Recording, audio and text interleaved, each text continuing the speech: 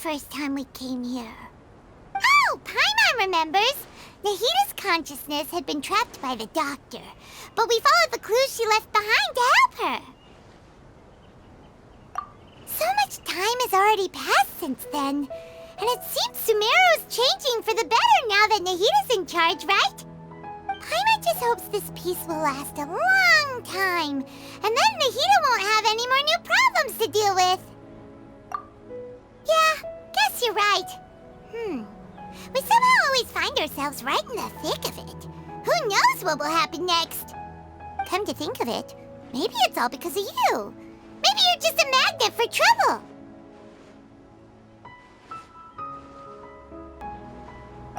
Huh?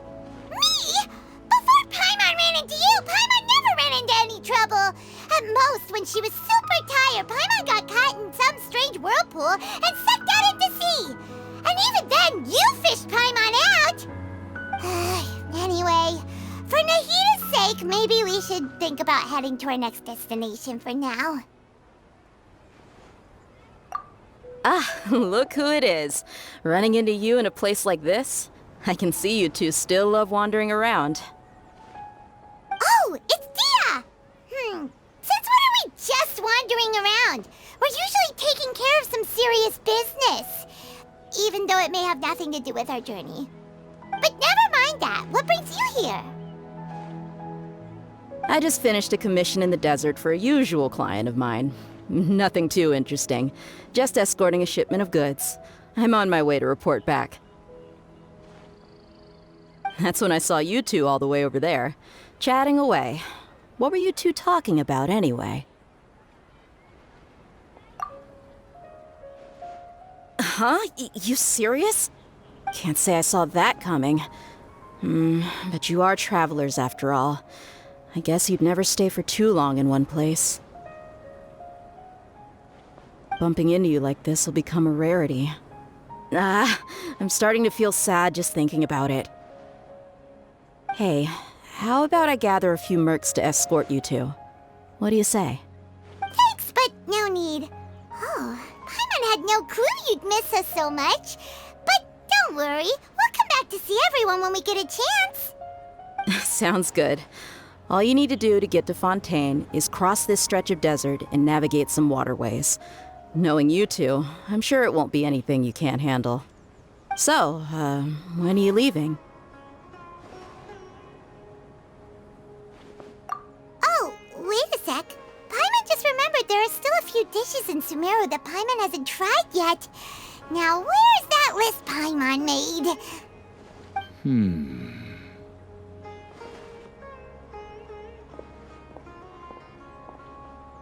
I see. Guess you won't be needing a going-away party or anything. It's sad enough to see you go like this. Though, now that I think about it, Sumeru wouldn't be what it is today without you. Seems true heroes always prefer leaving quietly. By the way, should we go say bye to Nahita?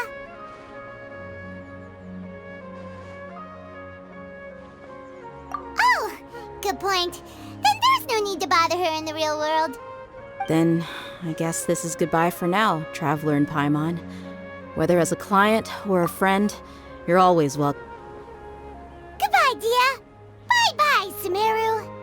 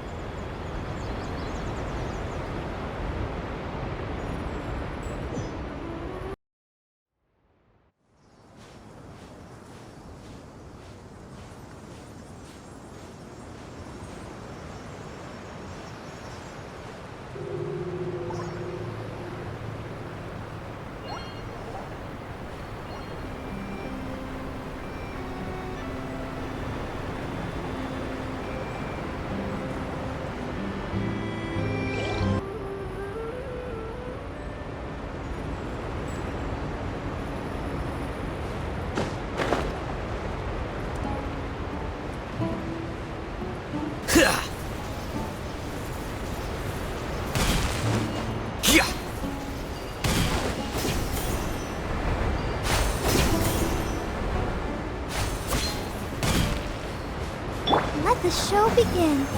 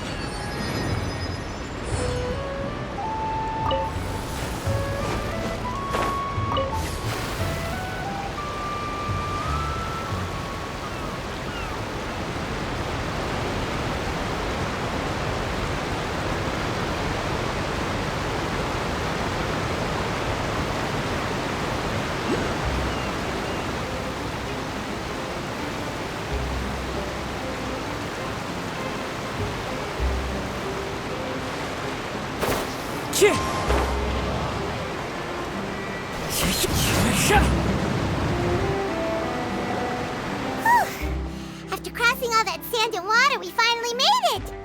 Oh, this must be Forntain's port! Wow! Everything looks so advanced in Forntain! Paimon's heard that the industry here is extremely developed, and there are all kinds of unusual machines! Just seeing the sights as a tourist is nice, but maybe it would be better if we found something to do! What do you think? Good idea! Nahida gave us loads of useful information. Seeking out the Seven is probably still our best source for information at this point. Yeah, the more we can learn, the better. So, what do you think the Hydro Archon's like? Will we get along? Nahida said that she has a very unique personality, whatever that means. To learn about a nation's god, start with the nation's people. There seems to be some locals talking over there. Let's go see if we can join the party.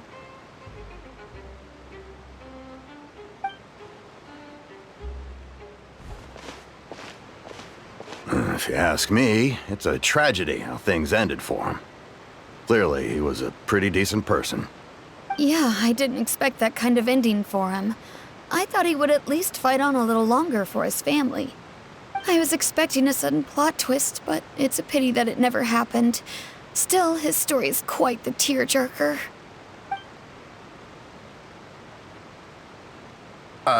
Excuse me. Can I help you two? I couldn't help but notice you standing here listening. Hi. We're travelers new to Forntain, and we had something we wanted to ask, but you seem to be really busy talking about some kind of play, so we didn't want to interrupt. Play? Oh, no. We're talking about something that really happened. In fact, it's a case that was just heard a few days ago. Really? Like, a real trial? But the way you were talking about it and the words you used just now made it sound like some kind of story. Well, good tales are often based on true stories, aren't they? And what you see in reality may also be someone deliberately putting on an act while harboring ulterior motives. Whether something is true or not simply isn't that important. The main thing is whether the story being acted out on the stage is splendid enough. Oh, but it looks like you're not from around here. You probably don't know that the Forntain Court of Justice is called the Opera Epiclese, or more commonly known as just the Opera House. But, shouldn't court cases be treated a little more seriously than that? Not to question Fontain's way of doing things, it's just that putting someone on trial is usually a very serious thing. No worries. Other visitors to Forntain have wondered the same thing. You could say that we just don't want to waste the moving stories behind those cases. And as for your worries about whether the cases are treated with due reverence, we have the absolutely just and honorable Chief Justice Neuvillette, as well as the Oratrice Mécanique d'Analyse Cardinal, a machine created by the Archon. Between the machine and the Chief Justice, false charges and injustice are a thing of the past now. Oratrice? Is it some kind of machine, too? Oh, Paimon's curious. We should check it out if we get the chance. Wait, Paimon I almost forgot to ask you our question. Do you know what we should do if we want to meet the Hydro Archon? Oh, that's easy. Just go to the Opera House. Lady Farina practically lives there. You could definitely say it's her biggest passion. Huh. I think what they mean is that they wish to speak with the Archon personally. In that case, I'm afraid it's going to be a tad more difficult. You'll have to make an appointment well in advance, and it'll depend on whether or not she has any time slots available. Huh. Is the Hydro Archon super busy taking care of official stuff? Wait, didn't you say that she's always at the Opera House? No. Lady Farina seldom takes an interest with the nation's affairs. The reason it's difficult to make an appointment is simply because she's incredibly popular. That's right. After all, she is the Archon. Though she may tend to get a little dramatic from time to time, people can't get enough of her. Huh. First time Paimon's ever heard of an Archon being described that way before. Wait! Paimon gets now! The Hydro Archon is kinda like a big celebrity here, right? Yeah, I suppose you could say that. Perhaps you could even say our mascot. Hang on. This is still Fontaine's Archon you're talking about. You should show some more respect. Yes, you're right. I guess I should at least try to be a little more respectful in front of visitors. Otherwise, I might get arrested and find myself face to face with Monsieur Neuvillette. Come on. Sure, there's a lot of laws here, but nobody's going to be arrested for saying something disrespectful about the Hydro Archon. Alright, I think we get it. Thank you! At least we now know that we can find the Hydro Archon at the Opera House. But who knows how long making an appointment will take? Guess we could have a look around the city in the meantime. Hey! What are you looking over there for?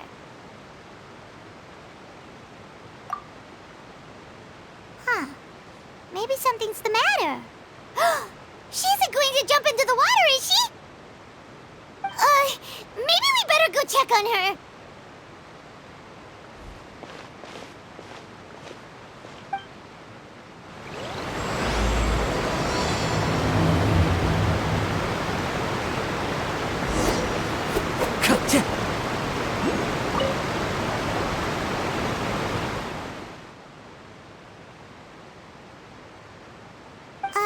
Hello there.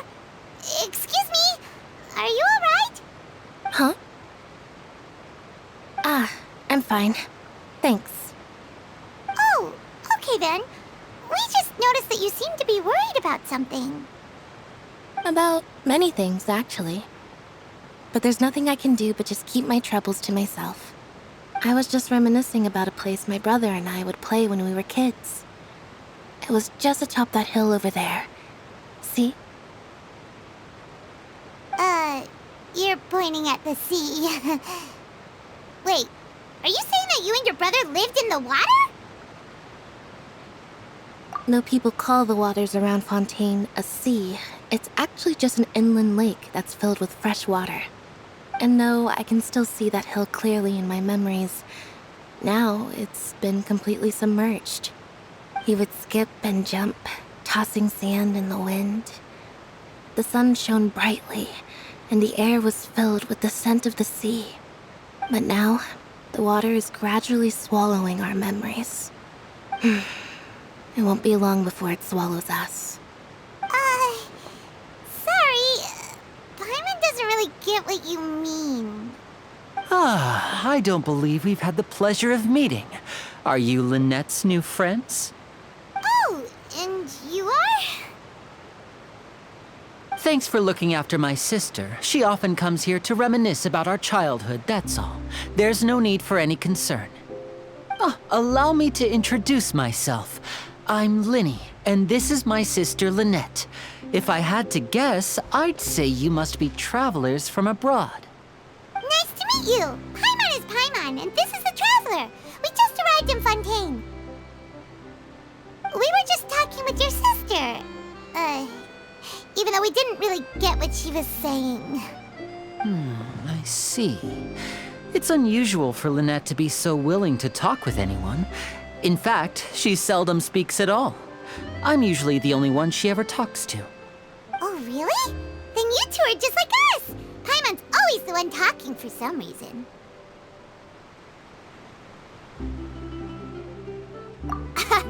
So that's how you think it is? I also think my brother can be too talkative at times. Seems you were right, Paimon. We are quite similar. So, what did Lynette mean just now when she said that the water is engulfing your memories, and that it won't be long before it engulfs you too? Oh, that. It's from a prophecy that's been circulating in Forntain for some time now. Well, I suppose prophecy isn't exactly the right word, because that implies a certain amount of uncertainty. There's no doubt about what's happening in Forntain now. Where to begin?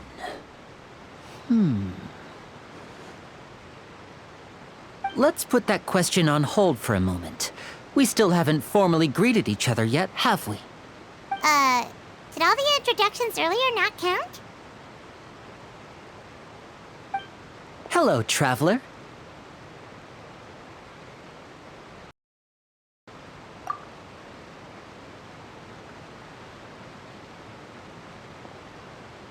And hello, Paimon.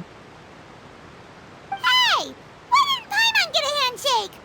You're not poking fun at Paimon, are you?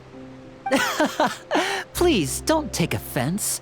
Just consider it a sort of etiquette we have here in Forntain when making new friends. You should remember it. It might prove useful. Oh, all right then. Well, Paimon's just happy to have a local friend now. By the way, we were just getting ready to go to the Opera House to meet the Hydro Archon. Would you be able to show us the way? So you're going to see Lady Farina? No problem at all. In fact, I was planning to go to the Opera House later myself. I'll gladly take you once I finish things here. Please follow me.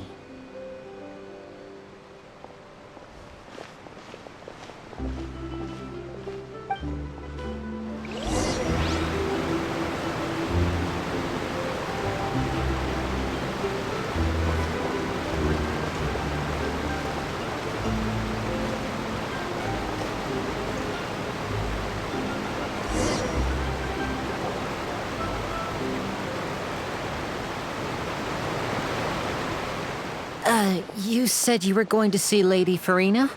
Well, it seems Lady Farina has come to see you.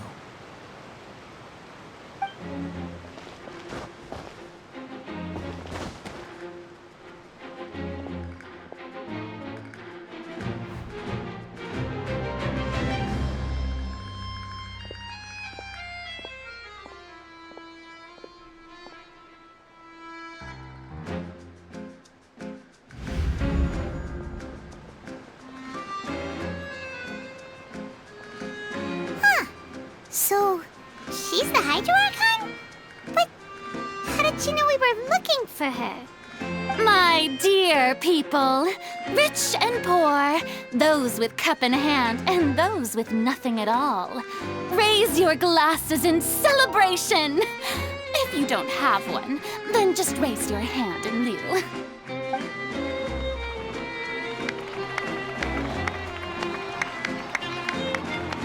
As you can all see, two unfamiliar travelers have arrived in our nation. Come, let us make a toast in honor of this traveler and his companion, who have journeyed here from distant lands.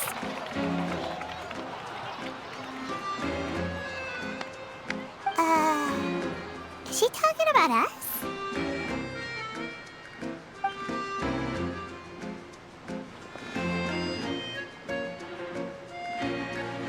I've long heard of the turmoil and chaos you left in your wake as you visited other nations.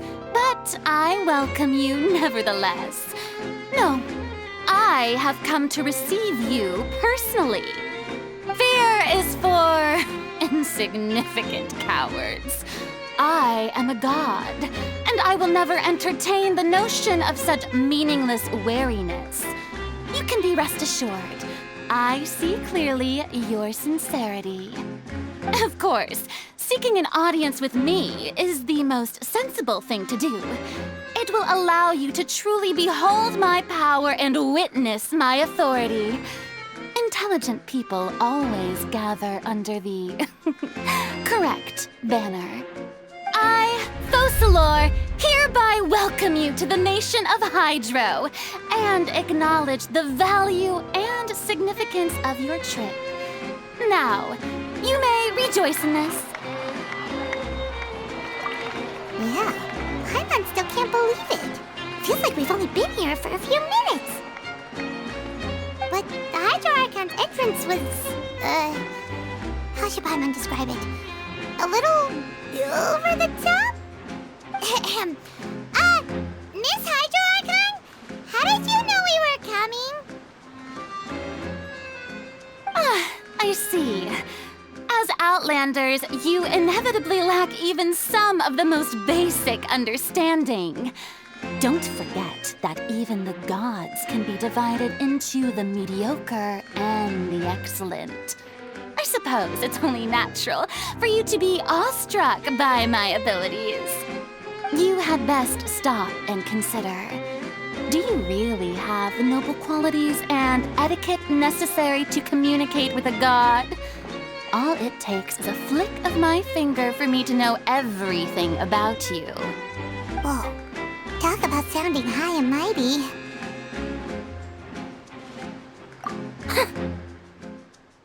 Oh? What's with these looks? Perhaps the welcoming ceremony still isn't enough? What else should I say then? Is she waiting for us to start talking? Wow, I didn't expect to see Lady Farina here. What a surprise! Wait, does this mean they're the legendary blonde traveler? How did I not notice before? Hey, what's all the commotion? Oh, is that Lady Farina? Is there some kind of drama going on? Of course! That's the blonde traveler, the one all those stories are about.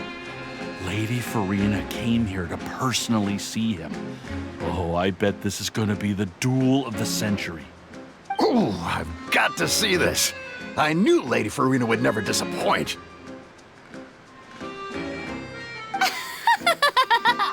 Yes, but don't get too excited now. My dear believers and spectators alike tend to get quite rowdy, and despite the noise, I've come to tolerate all their ruckus. You may consider this my reward to all of you. I have determined that there will be an epic duel between myself and this traveler from another land, just as you were hoping to see.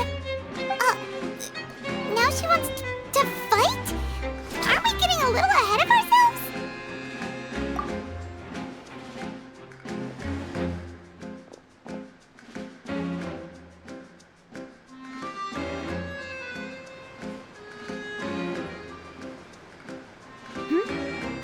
Are you not afraid? Might I remind you that this is a duel against the divine? What are you trying to do, traveler? Provoking a god in front of her people? Stand down, Clorend. I admire his bravery. Few have the courage to draw their sword against a god. He is obviously a true warrior. Unfortunately, people nowadays only crave to be thrilled, and a mere duel will not slake their thirst for excitement. Huh. Yeah, she's right. Just a duel wouldn't be all that interesting. On Araneus, criminals are always requesting duels to defend their honor. I'm getting a bit old, to tell the truth. You see. Then, as the god of justice, I shall face this traveler in another kind of duel. A duel in court! Whoa, all right! Now that'll be worth seeing! Right. This is Forntain, after all. It's such a grand opera house, it would be a pity not to use it. Why do you care so much about the crowd's reactions? Seems you've spent a little too much time in the opera house. Besides, how exactly do you plan to have a duel in court? You mean you're going to put us on trial? Oh, we have reason to put you on trial.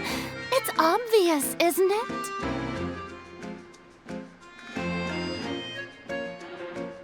According to Forntain law, no one is permitted to release any flying objects within Forntain city limits during the first 3 days of each month. You are clearly guilty of violating this law, no? Oh, so that's what they've done wrong. That's our Lady Farina.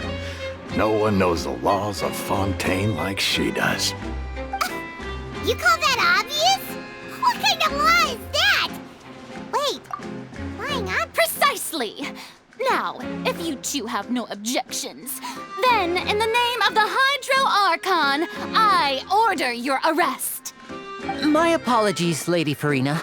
I don't mean to spoil the fun, but if you would allow me to interject, I don't think that Paimon here meets the definition of a flying object. You tell her, Linny! Finally someone who's not crazy. How could anyone call Paimon a flying object?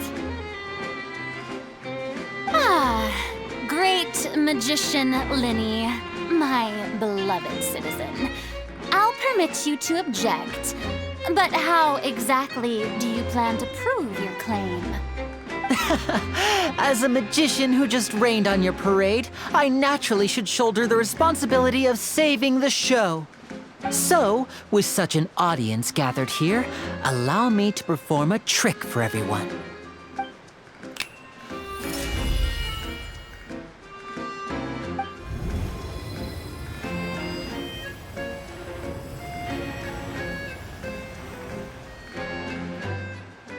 Ta-da! What's that on Paimon's back? Hey, when did you do that?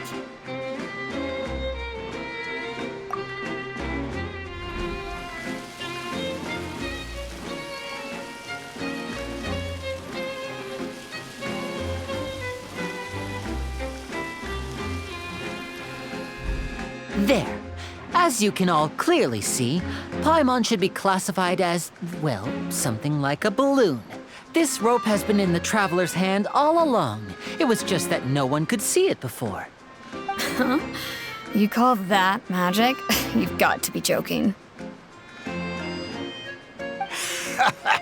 I thought it was pretty good. Nice one. Huh, I'm not sure what to think. It seems Lady Farina's charges no longer hold water.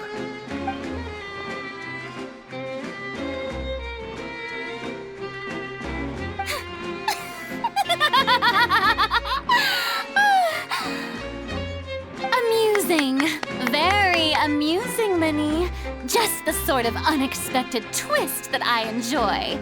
With you here, today's performance can finally be called complete. Performance? You see all this as a performance? In which case, consider the matter of your trial resolved. The god of justice will not bring charges against an innocent person. But when there are valid grounds, I will not only judge travelers from abroad, but even the gods of other lands. I look forward to seeing your upcoming performance at the Opera House, Mr. Linny and Miss Lynette. That's enough for now. Toodaloo!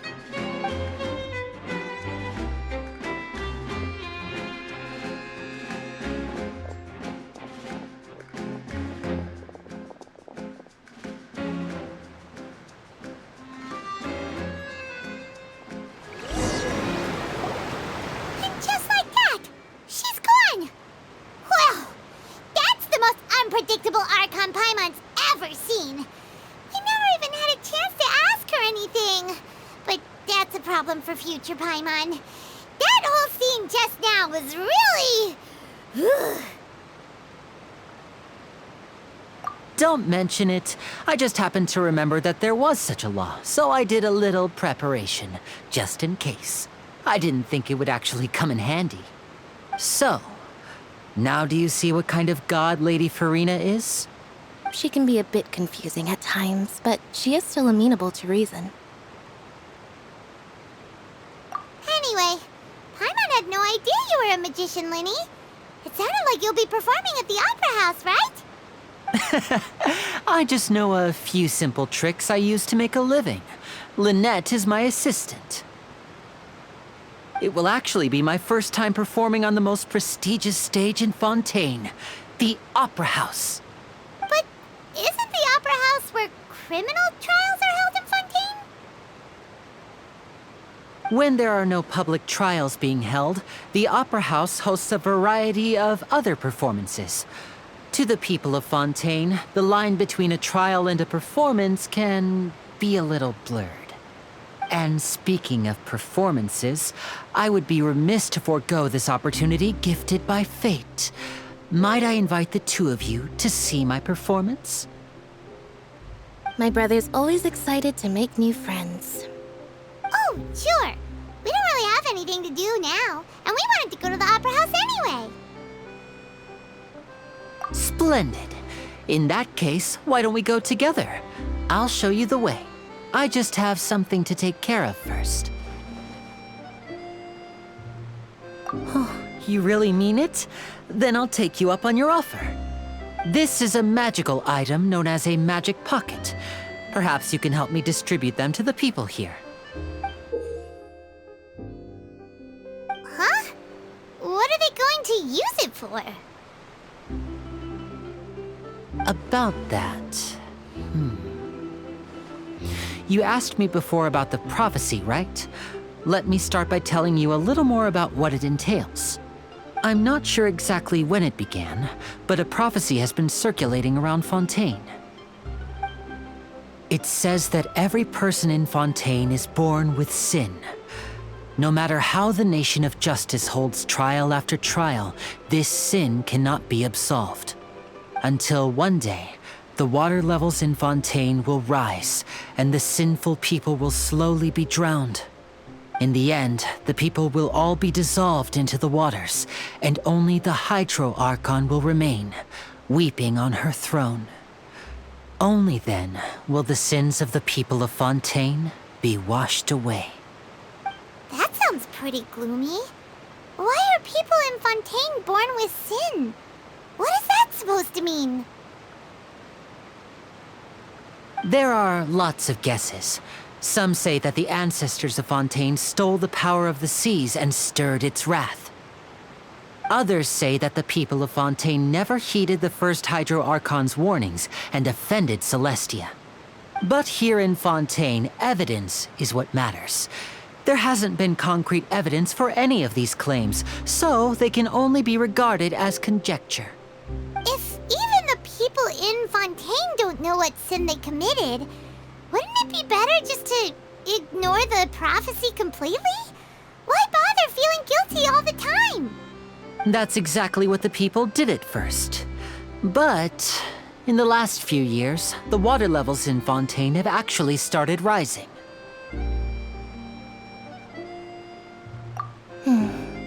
Many places have already been completely submerged, and now lie beneath the sea. Many people carry on with their lives as before and shrug it off as a natural phenomenon. But my family and I think that the people of Fontaine shouldn't ignore the possibility, which would end up sentencing them to death. We hope that at least the people who reside near the waterfront can move away before it's too late. So, we've started distributing magic pockets to them. As a magical item, these magic pockets have astonishing capacity. I'm sure they will come in handy when people are moving their belongings. Oh, Paimon gets it! It's like preparing for a rainy day! But this is more than a bit of rain.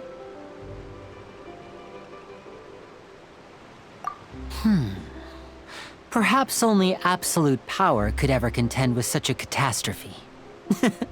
But who knows? We're just tiny specks in the grand scheme of things. Now, if you'd like to help, then please give these magic pockets to anyone nearby. Be sure to convince them to take it, regardless of what they say.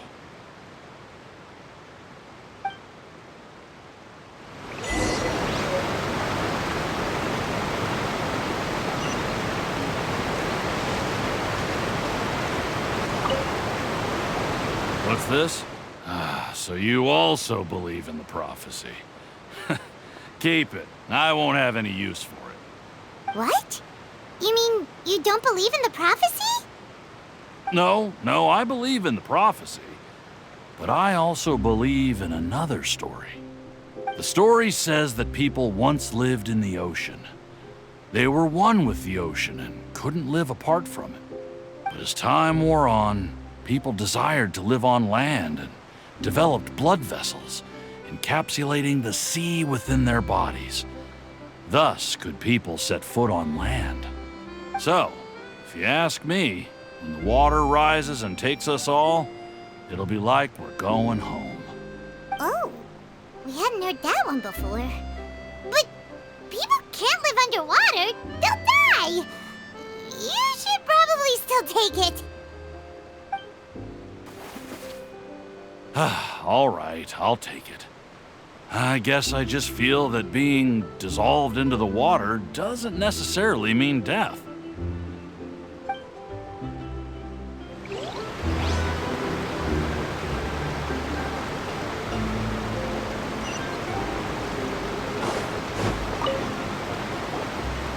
So you're the blonde traveler that everyone's been talking about.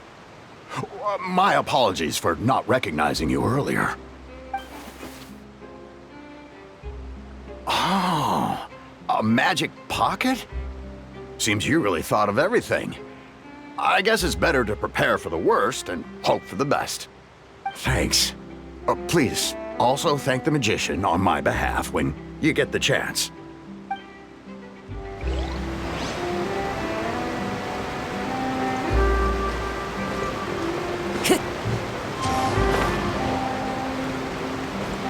Time to go.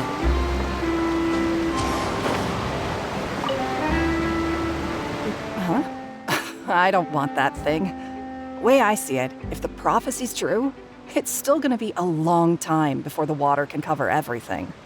Life is all about living in the moment.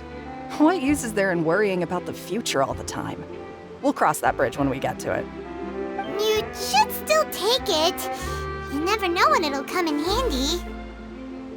Oh, all right, fine. Thanks. It's just that if I start moving, that means I've already given up on the life I have now. I'd really rather not.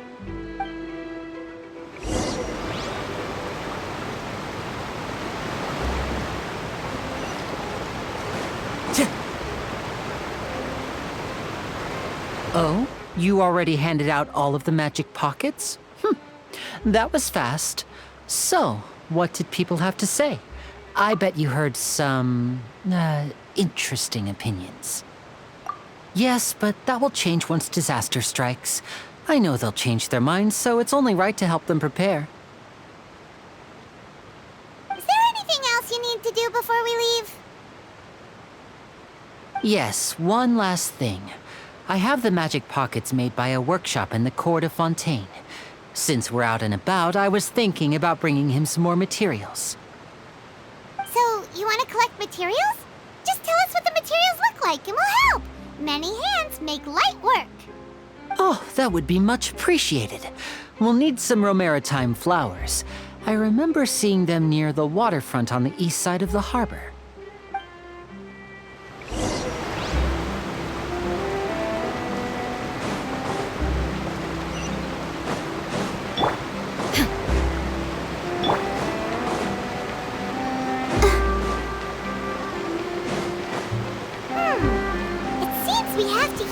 To collect Romaritime flowers.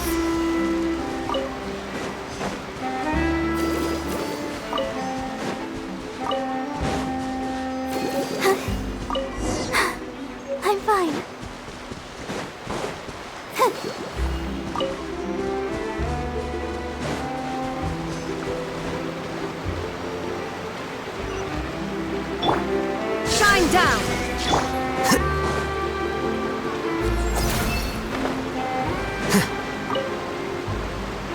You made quick work of that. I can tell you're an experienced traveler. Maybe next time you'll feel like helping too, Lynette. No way. I'm in power-saving mode today. Otherwise, I fear I may not have any energy left for the performance at the Opera House. Fine. Though the performance is still a long way off. Now that we're finished here, we should get ready to head back to the court of Forntain. So, we're going to the court of Fontaine before we head to the Opera House? Good.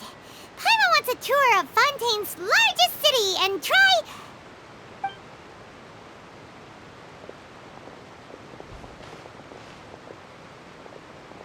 Wait, shh. Have you noticed that person over there? The young girl.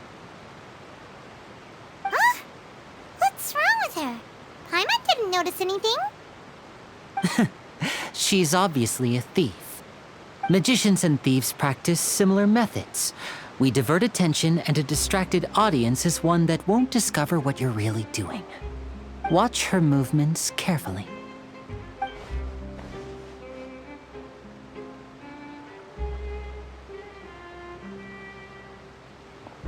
Oh, he's right!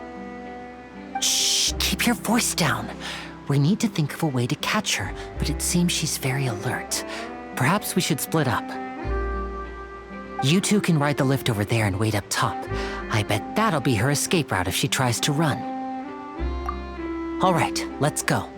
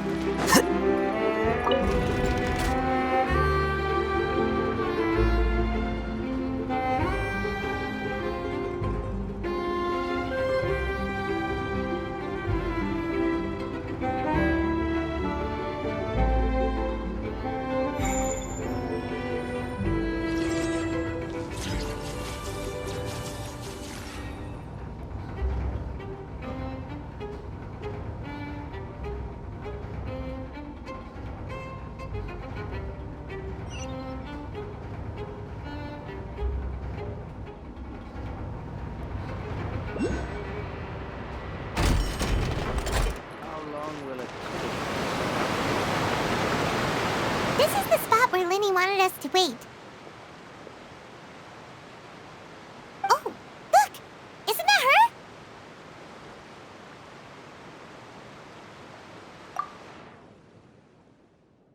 Oh no! Did she notice us? She started running the other direction! What should we do? Should we chase her?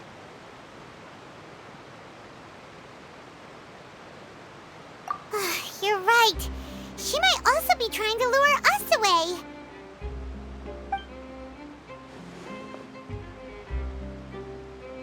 Nothing's happened for a while now. Paimon wonders if Linny caught the thief. Yeah, let's go.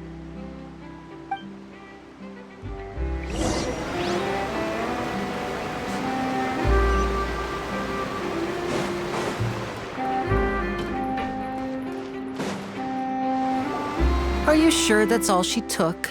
You should check to make sure you're not missing anything else. No, that was all. Oh, I can't thank you enough. I didn't notice a thing earlier. Anyway, I should be going now. Thanks again. Oh, were you returning what the thief had stolen? That's right. Pity I wasn't able to catch her.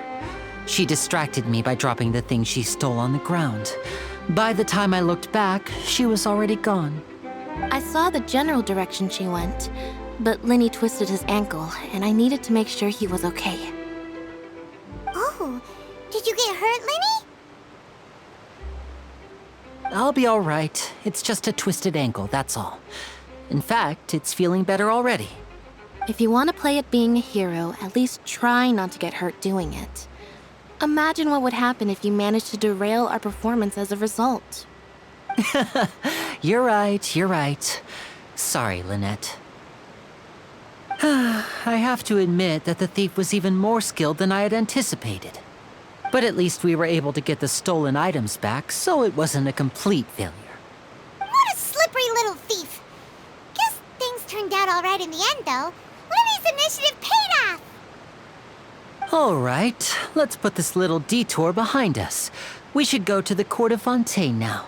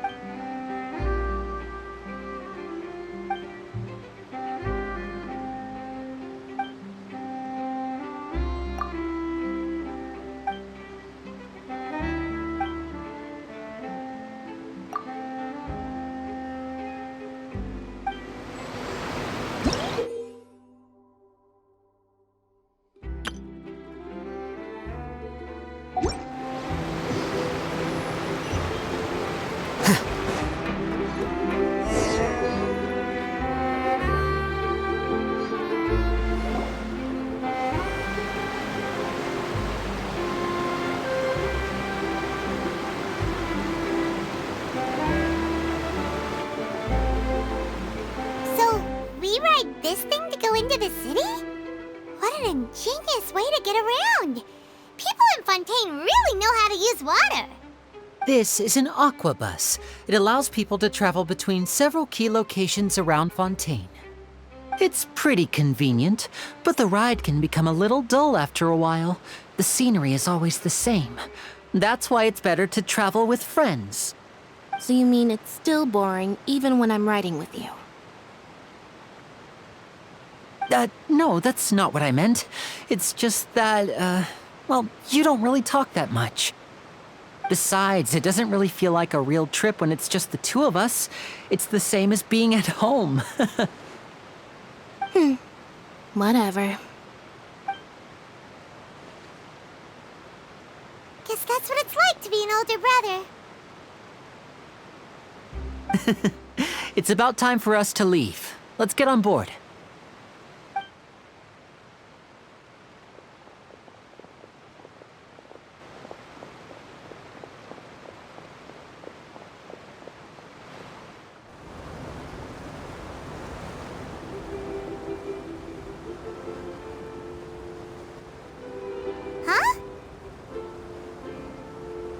What? Traveler! Paimon! Charlotte! Oh, I never guessed I'd bump into you while riding the aqua bus. In the story of my life, this is big news. What are you doing in Forntain?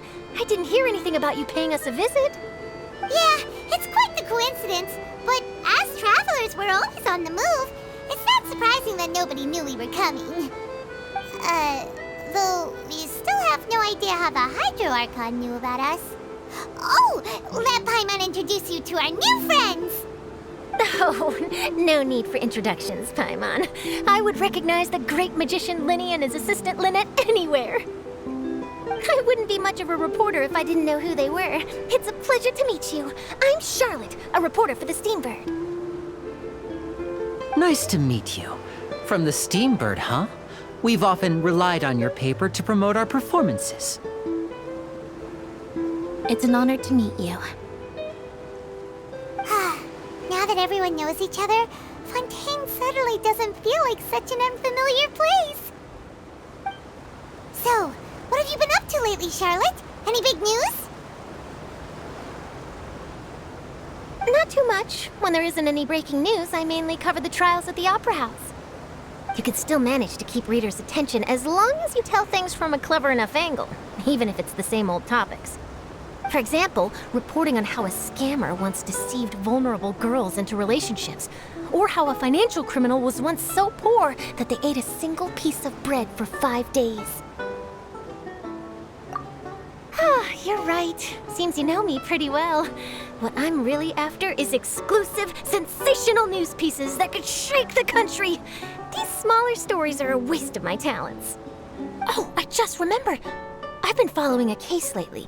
Well, a series of cases, actually. You mean the serial disappearances of young women case? That's right.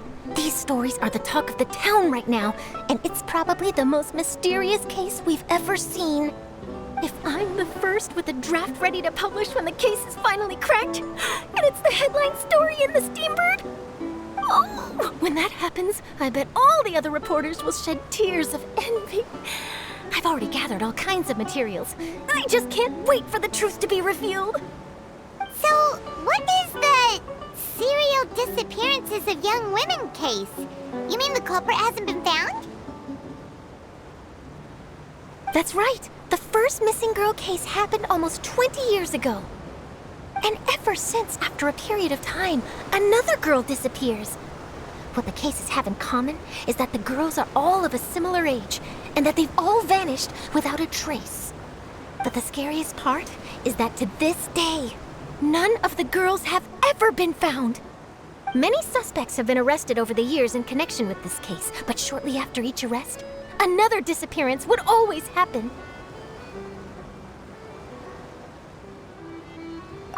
Yes, it's possible. But either way, I believe that every case has some precise truth behind it, waiting to be exposed. Yes, I agree. And at the very least, the family of those missing girls deserves some sort of explanation. I just imagined for a second what I would do if Lynette were to suddenly disappear. I'd pay any price to get her back, and then find a way to track down the culprit. Please don't imagine that, Lenny.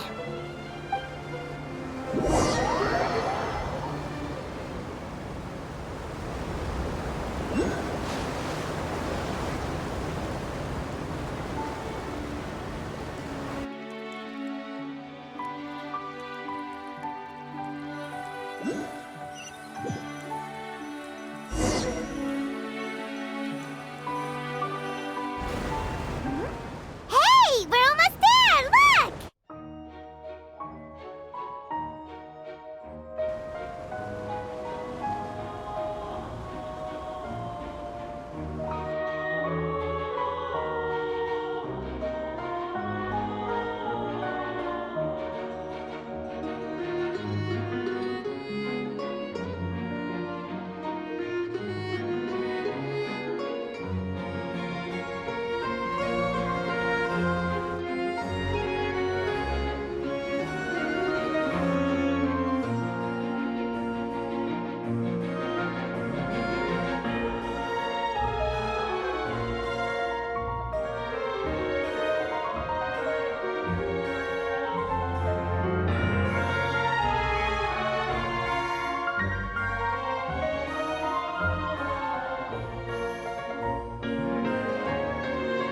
Well, I really enjoyed chatting with you.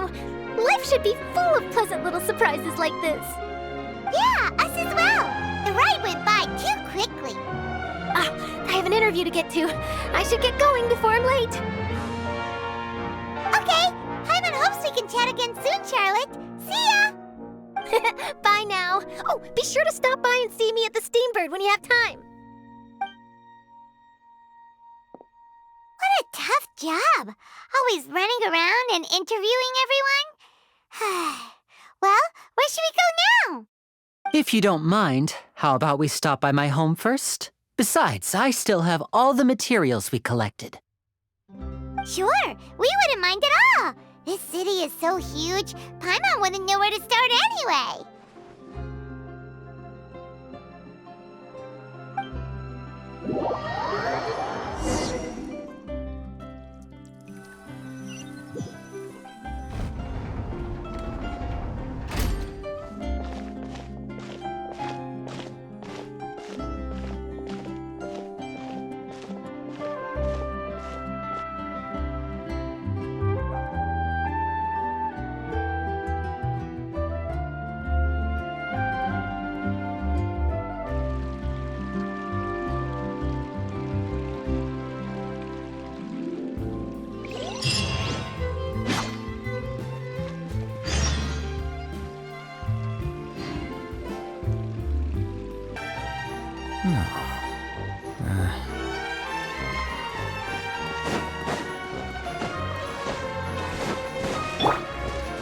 Time to go.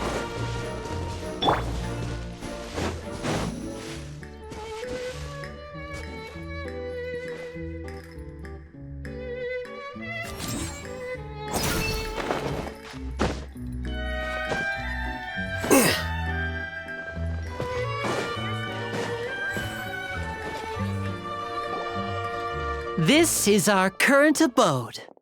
Ah, Fremine, you're home. Where did everyone else go? I have some new friends that I would like to introduce. Oh, they all just went out a moment ago. I see. Everyone is getting busier now that Father will be returning soon. I suppose that can't be helped.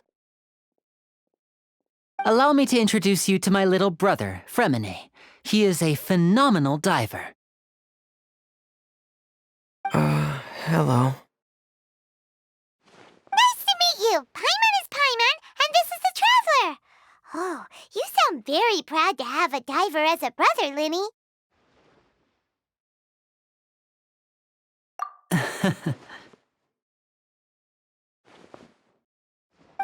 Linny, could you come here for a moment?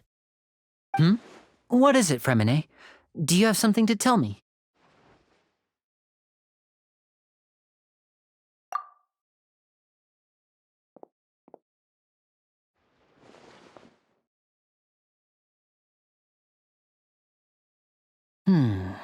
Okay, I see.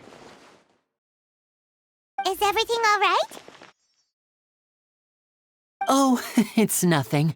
We were just discussing a little housework. Sorry for the interruption. Oh, before I forget, the Traveler and I collected more materials to make magic pockets. Were you able to get any, Fremine? Yes, I went diving and gathered lots of materials. I was about to give them to you. That's our Fremine, always quick with the underwater work. All right, I'll take these to the workshop.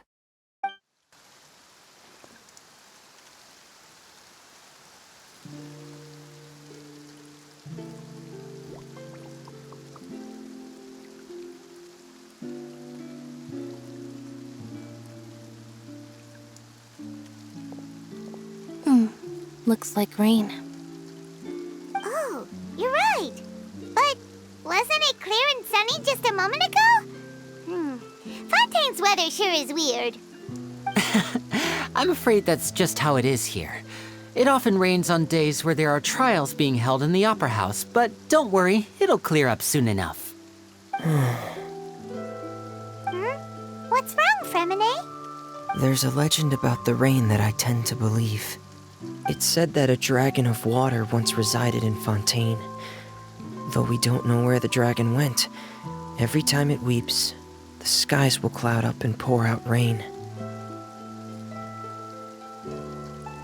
When I was a child, my mother told me that if I wanted to go outside and play, I should yell toward the sky at the top of my lungs. Hydro Dragon! Hydro Dragon! Don't cry! If it's an elemental dragon, then having the power to make it rain wouldn't be very unusual. Let Paimon try something. Hydro Dragon, don't cry!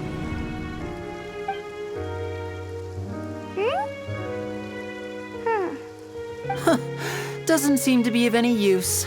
It is just a legend after all. You know, you might be a more popular magician if you understood the concept of romanticism. Or Sorry, it might be because we've never met the Hydro Dragon. Perhaps it can't be comforted by the words of strangers.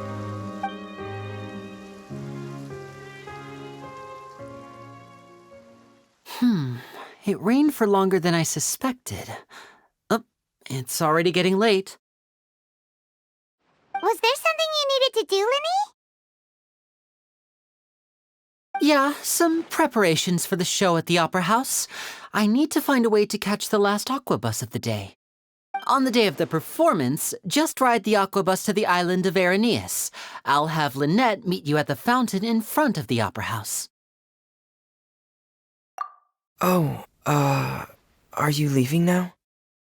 What is it, Fremine? I'm in a hurry. Oh, I get it. You feel nervous delivering the materials for the magic pockets, is that it? Perhaps we could trouble the Traveler to help us take these materials to the Beaumont workshop. I'm afraid that Fremine can be quite introverted, and the boss there tends to be pretty talkative. Fremine has always been a little afraid of her. No trouble at all! Don't worry, we're on the case! Sorry for the inconvenience.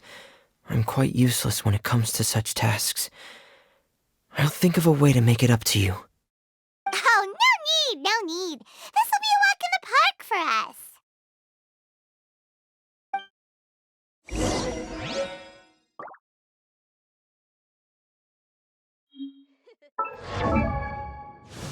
Fresh fruit, sweeter than syrup.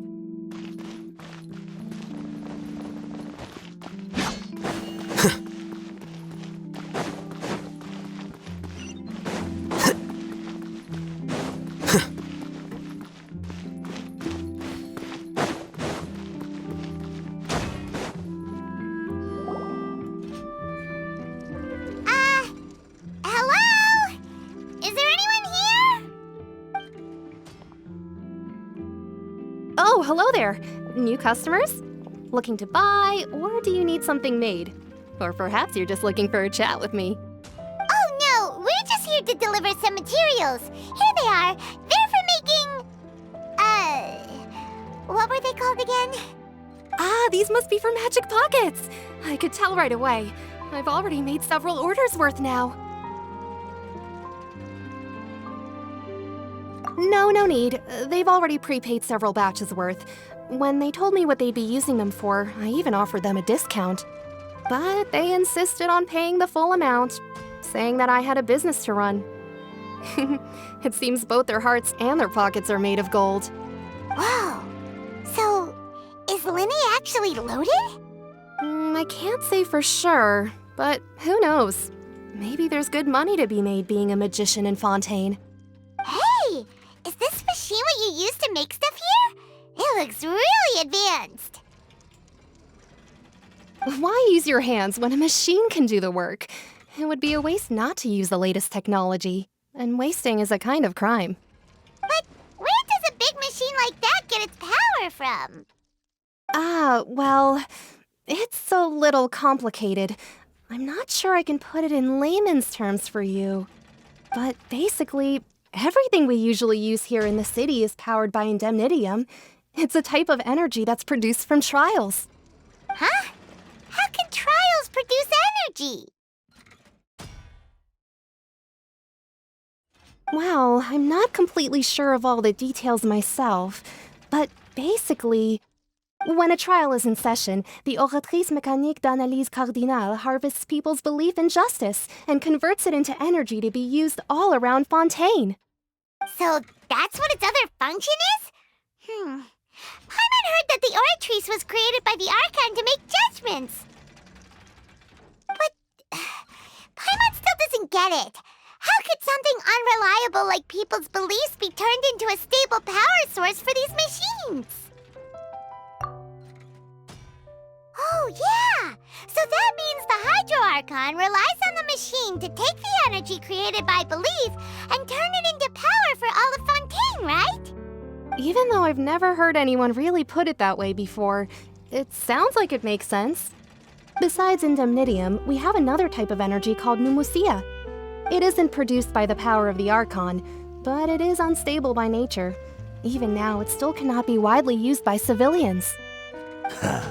I thought I'd find you hard at work, but here you are chatting the day away. Since you're already talking, I'm sure you wouldn't mind a few words with me. You again? Didn't I already promise you that I'd have the more I owe to Confrérie of Cabriere by next month? Why are you hounding me now? Yeah, but how do we know that you won't go running off by the end of this month? I want 50% today. Wait, no, 70%. Huh? You... Seems business isn't so great for the workshop. We've already finished our job and delivered the materials. Maybe now's a good time to leave? Hey, hold on! Before you go around trying to collect payments, why don't you settle your own debts first? If Confrérie of Cabriere wants to poach clients from Northland Bank, that's fine. But I'm afraid you still owe the bank a hefty sum of mora. So why don't we work things out between us first, before you get back to your little conversation here? You're from Northland Bank. But we said we'll pay everything we owe next month. Why are you hounding me now? Traveler, Paimon! I didn't think I'd run into you here in Forntain. What are the chances? We're surprised to see you too! What are you doing here in Forntain? You didn't want to stay in Snezhnaya? Long story short, I've already been in Forntain for some time now, and honestly, things have been pretty boring. But it seems that fate brought our paths together today. Not only will I have some good friends here now, but ones who always seem to find trouble. Either way you look at it, it seems things are going to get a lot more interesting now. Pretty sure we'd want to avoid anything that you'd find interesting. Besides, our trip here has gone pretty well so far. Right, Traveler? Hey, you, Northland Bank boy. Aren't you forgetting something? Don't interrupt. It's not often I run into the Traveler like this. Why don't you wait for me over there for a while? You kidding? Aren't you the one looking for us? You really expect us to sit and twiddle our thumbs while you catch up with your friends? Listen to me, boy. If you want your mora, fine. Why don't you come and take it? Hey, I just said not to interrupt. Oh, by the way, Traveler, the last time I took Tonya and Tusser ice fishing, Tusser said, "Hey, that's way over the line! All right, boys, let's see who has to pay up now!" Can you at least let me finish one sentence? Fine, though the bank told me not to get rough with our clients. You're the ones who started it. This is an act of self-defense. You two will have to be my witnesses, okay? I'm sure this won't take long.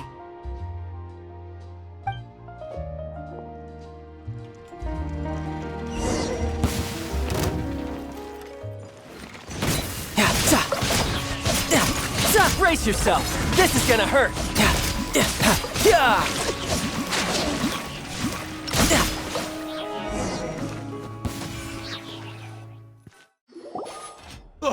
What's your deal, Brad? How are you so strong if you're just a staffer from Snezhnaya's Northland Bank? Wait, don't tell me you're... Oh, now you notice. It's a little late, don't you think? Just make sure you understand that you don't mess with Northland Bank. Got it?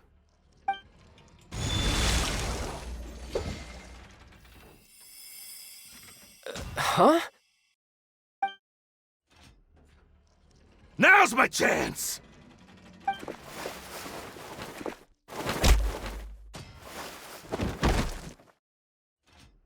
Huh. That was weird.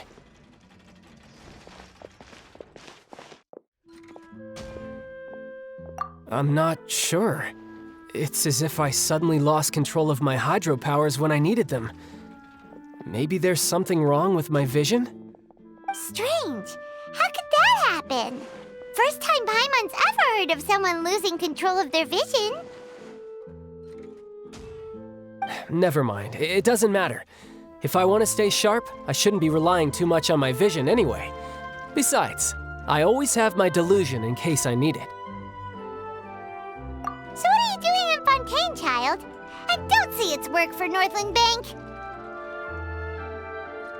Well, I guess it's because I've been in a bad mood lately.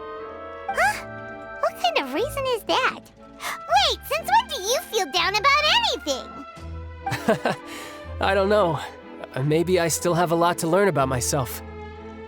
But recently, there seems to be some sort of restless power stirring inside of me.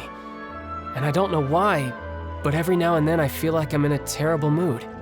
Maybe you losing control of your vision just now is connected with that power you're feeling inside. That is a possibility. I can't remember if I ever mentioned it before, but when I was 14, I fell into some unknown abyss. It was during that time I learned nearly all of my abilities. The one who took me under her wing and taught me was named Skirk. She was always quiet and very mysterious. Nobody knew where she came from or what she had been through, and she was always very strict when teaching me combat techniques. One time, I asked her why she was willing to take me on as an apprentice. From what I could make of her answer, it was because I had awakened it, and traces of it remained on me. She said that all my combat training would be useful in the future. But what is it? What did you awaken? She never explained that, but my guess is that it's related to a dream I saw when I had just fallen into that abyss. In my dream, I was in the deepest depths of the sea, and the boundless seabed was all around me. But in front of me appeared a whale that was so massive, I felt like I couldn't breathe. A whale? Oh, that sounds familiar! When we fought against you before, you summoned a huge whale that seemed to leap at us. Is that the one? That's just an abstract form of a whale that I create using my elemental powers. It takes that shape because the scene I dreamt of the whale has always been stuck in my mind. I'll never forget it. So you used the whale as inspiration for one of your moves? Huh. Seems a little twisted to Paimon. So why don't you just go ask your master? Maybe she knows the answer. You make it sound so easy. Ever since the incident I experienced there, I've never stopped searching for Master Skirk and that unknown abyss. But it's been years now, and I've still found nothing. There isn't even a trace of the place where I remember falling into the abyss. Oh, it sounds like some kind of ghost story. Yeah, I'm out of leads at this point, but there's nothing more I can do. It seems that strange encounters in this world tend to be elusive like that. Oh, seems the time really flies when I'm talking with you. I just remembered I have somewhere else I need to be, so I should get going. What? More work for the Northland Bank? No, it's more of a personal appointment. Lately, I've been sparring with some of Fontaine's official champion duelists whenever I'm feeling bored. Official champion duelists? You mean it's their job to duel? Yep, in Fontaine, before a criminal goes to court, they're given one chance to defend their honor by requesting a duel with an official champion duelist. The champion duelists are all-powerful fighters selected from among the nation's best. And the duel itself is a no-holds-barred fight with no specified stopping point. So engaging in such a duel is regarded as a symbol of defending your honor. If a criminal manages to win the duel, they'll be acquitted. But if they lose, they'll have no choice but to stand trial. And the worst-case scenario is that you're simply killed in the duel. Though it's rumored that Fontaine has a death penalty, from what I can tell, no one has ever been officially sentenced to death. So really, the only people who opt to duel are those who have suffered a grave injustice in being accused, or those who greatly value their honor. Otherwise, why gamble with your life? So, do many people actually get out of their trials by winning the duel? Apparently, it's exceedingly rare for anyone to actually win. Fontaine probably enacted this system as a way to show that the nation respects the honor of its citizens. Besides, none of the champion duelists are to be trifled with, which is exactly why I was itching to face them as soon as I got to Fontaine. Apparently, the one I'm meeting today, Clorinde, is the strongest of the champion duelists. I had been asking her for some time before she finally agreed to face me today. Well, that's child for ya. Paimon feels like we heard that name somewhere before. Oh, before I forget, I want you to have this. Huh? Your vision? You're seriously just giving it away? I'm just worried that it could become uncontrollable again. I'd be pretty upset if it got in the way of my duel, so I think I'll be better off without it for now. Besides, I just need you to hold on to it for a short while. I'll come retrieve it when I have some time later. Paimon knows what you're up to. You just want an excuse to come talk to us again, don't you? Whatever gave you that idea? I'll be in touch later.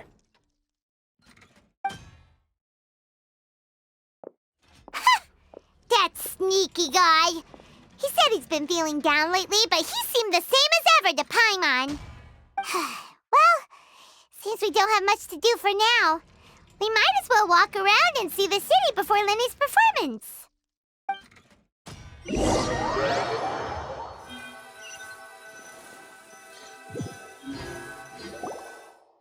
Wow! Who could have seen that coming? The reporter who was barely around for most of the story was the murderer all along! Sorry. Paimon was just surprised, that's all. Paimon never saw that twist coming. The murder mystery novels here are amazing! The whodunits here in Forntain are a lot different than the light novels you see from Yai Publishing House. Both have their merits, but Paimon thinks this style of novels are more, well, novel.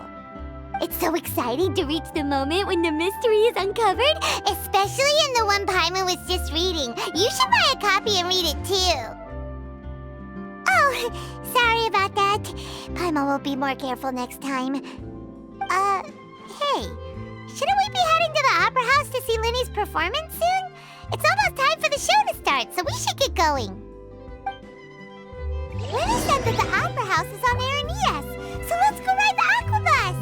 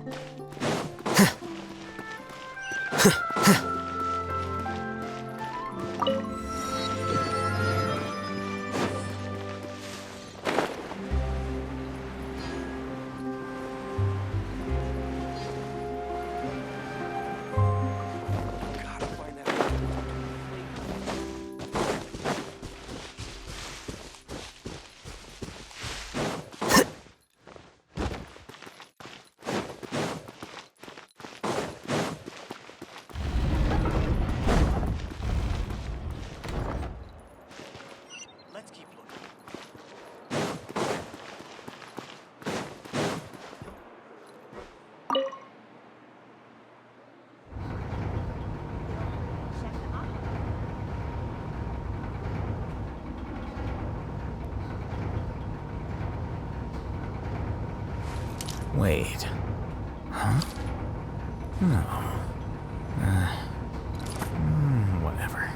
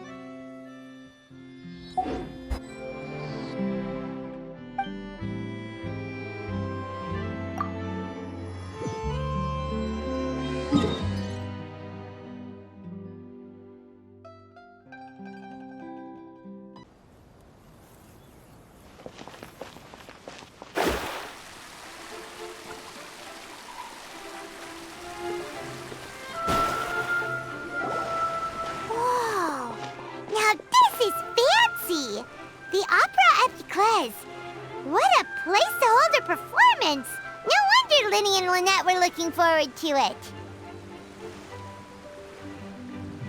Huh. Looks like there's a lot of people standing around the fountain up ahead. Oh, Archon, please bless us with a bright and healthy child. We pray. I don't know why you always feel the need to ask so much.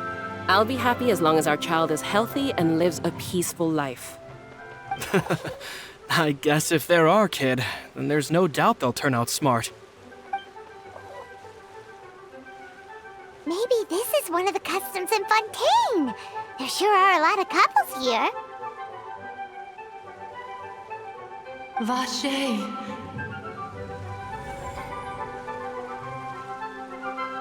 What's wrong? Vache. Vache.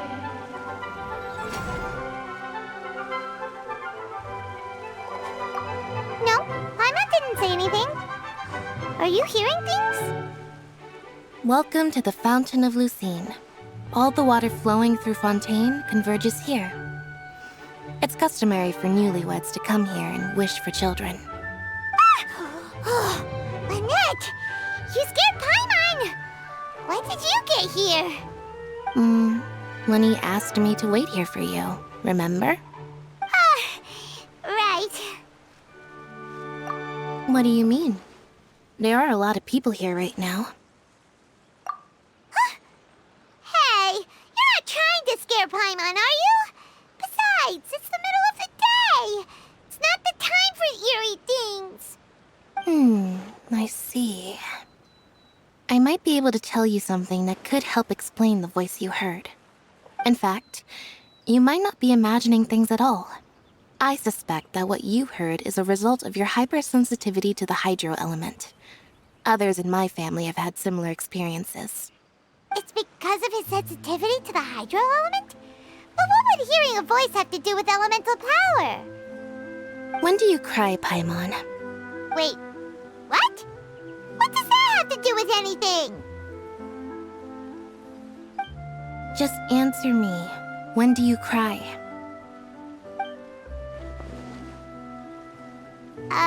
When Paimon's really sad? Oh, and when Paimon's super happy. Oh, and also when Paimon's really, really scared. Then you should understand that tears contain your most intense emotions. Like I just mentioned, the Fountain of Lucine is where all the flowing water in Fontaine converges. Even the tears that fall to the ground will eventually gather here. So maybe what you heard was the intense emotion coming from someone's tears. So, what did the voice say? If you were hearing their emotions, then Paimon wonders what happened to them. Rather than worrying about them, we should worry about my brother first. Don't let that calm look of his fool you. He tends to get pretty nervous just before a performance. So chatting with Lenny might help him relax a little before he goes on stage. Oh, right. That makes sense. Let's go in and see Lenny.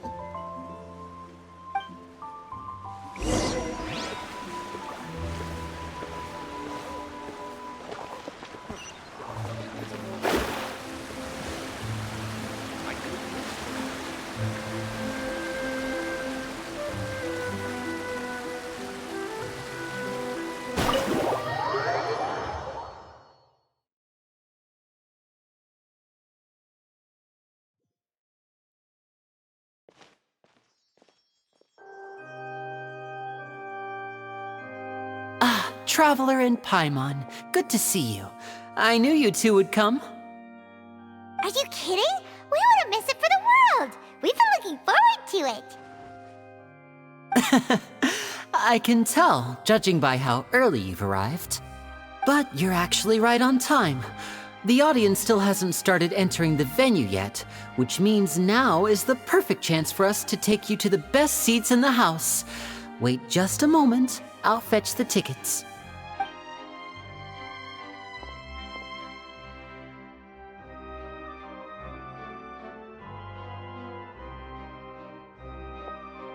The Opera House has assigned seating, so you always have to make reservations.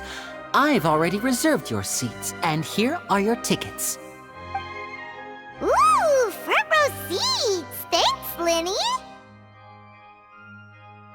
Don't mention it. There's no need to keep thanking me. Hey, Lenny! Could you come over here and take a look at this? Oh, I'll be right there. Seems there's an issue with the stage props over there. That's Cal, my assistant, calling me. I'll go lend him a hand. Yeah, we'll just go to our seats. You go ahead, Lenny.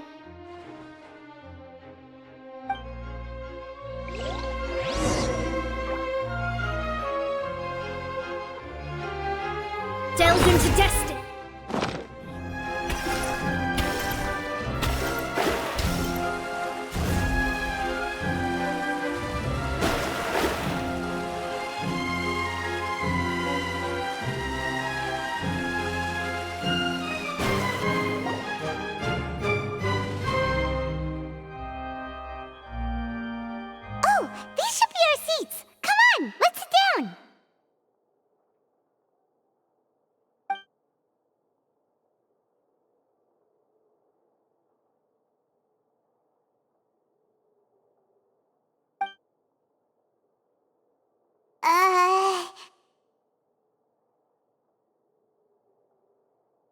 Hey,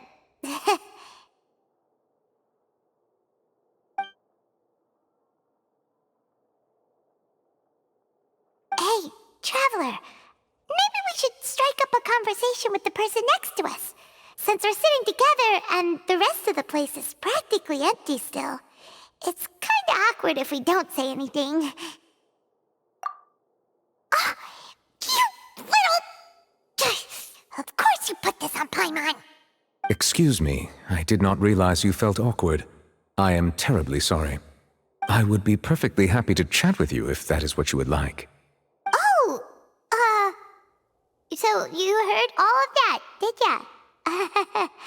Boy, you sure have good ears. Paimon thought she was keeping her voice down.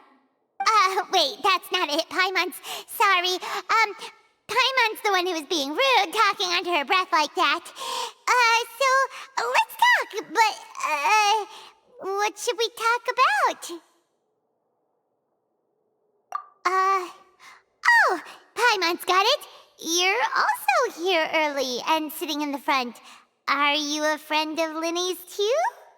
A friend, you say? Well, if Mr. Linny would like to be my friend, I would be more than happy to reciprocate. Oh, so you're not friends with Linny then? Oh, this is getting more awkward by the second. Paimon nearly forgot to make her introduction. Nice to meet you. Paimon is Paimon, and this is the Traveler. We just arrived in Forntain. It is an honor to meet you two. I have heard of your deeds across Tevat. And as required by proper etiquette, I will also introduce myself. I am... Oh, Monsieur Nervillet! What an honor it is to have you here to see my show! Ah, Mr. Linny. I should say it is in fact an honor for me to see your performance in person. Wait, Nervillet? Could he be... I saw you all chatting just now, but it seems you still don't know who Monsieur Nervillet is. Allow me to introduce you to Fontain's Chief Justice. That seat is always reserved for him. It wouldn't be too much to say that he's the symbol of justice and honesty here in Forntain. Whoa! Sorry for being so rude just now. Paimon had no idea you were such an important person. No offense taken. Being Chief Justice is merely what I do for work. Nearly every person has their usual reserved seat, so I'm not so special, really. And by the way, I should probably let you know, even though I would prefer not to. There's someone sitting up there in the VIP seats that has been striking a pose for quite a while now. I believe she is trying to give you a most elegant and impressive first impression. So I think you should take notice of her sooner rather than later, otherwise she may become flustered.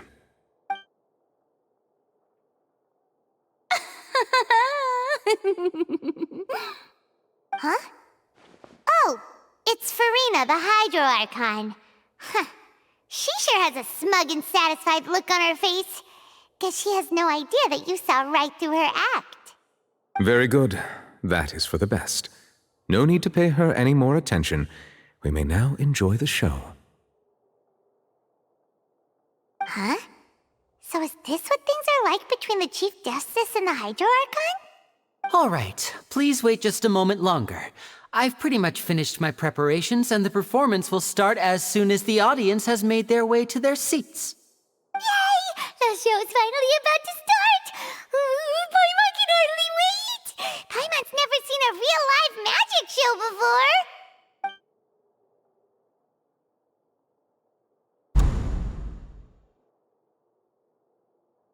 Oh! They're dimming the lights! The show must be starting!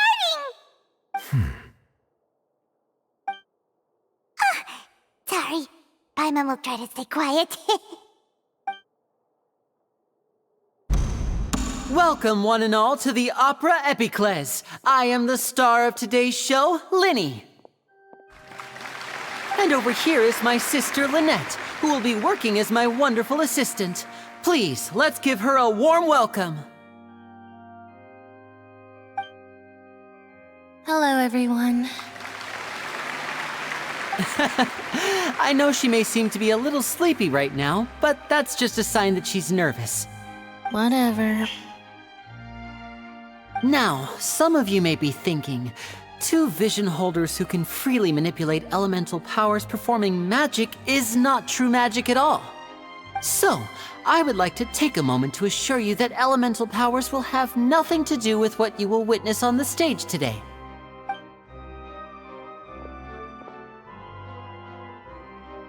Both Lynette and myself have removed our visions for the show. That way, even the gods won't be able to help us. Oh, good point. That's what makes the show real magic. Now, without further ado, let the show begin. Lynette will now exit the stage to make some preparations. I know you might miss her, but don't worry. She'll be coming right back on stage momentarily. Perhaps in an unexpected way. I'm sure she'll be stealing the spotlight soon enough. Oh, and before I forget, there's one more thing I should say. You never know what can happen in the blink of an eye. A magician's greatest skill is making things disappear or appear. The possibilities are endless.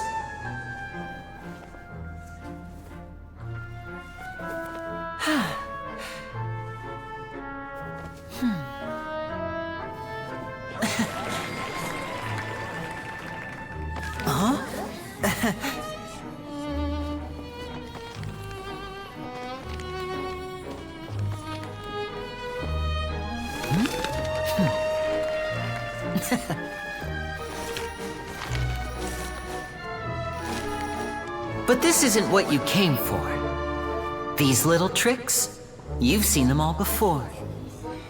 So it's time for something truly extraordinary, don't you think? This one's a little tricky.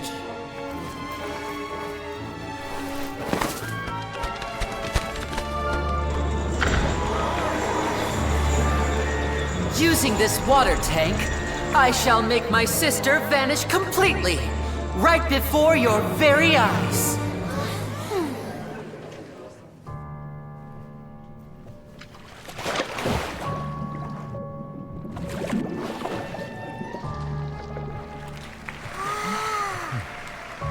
It's actually quite simple. She'll just turn into air bubbles and float right out of the top.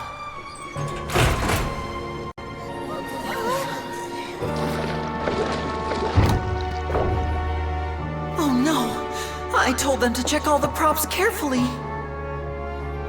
With the lid on, even air can't escape.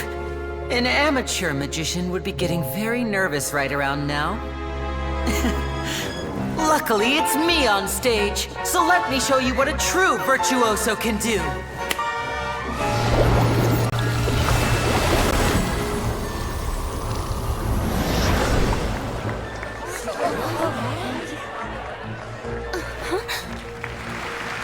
Lynette, are you still there?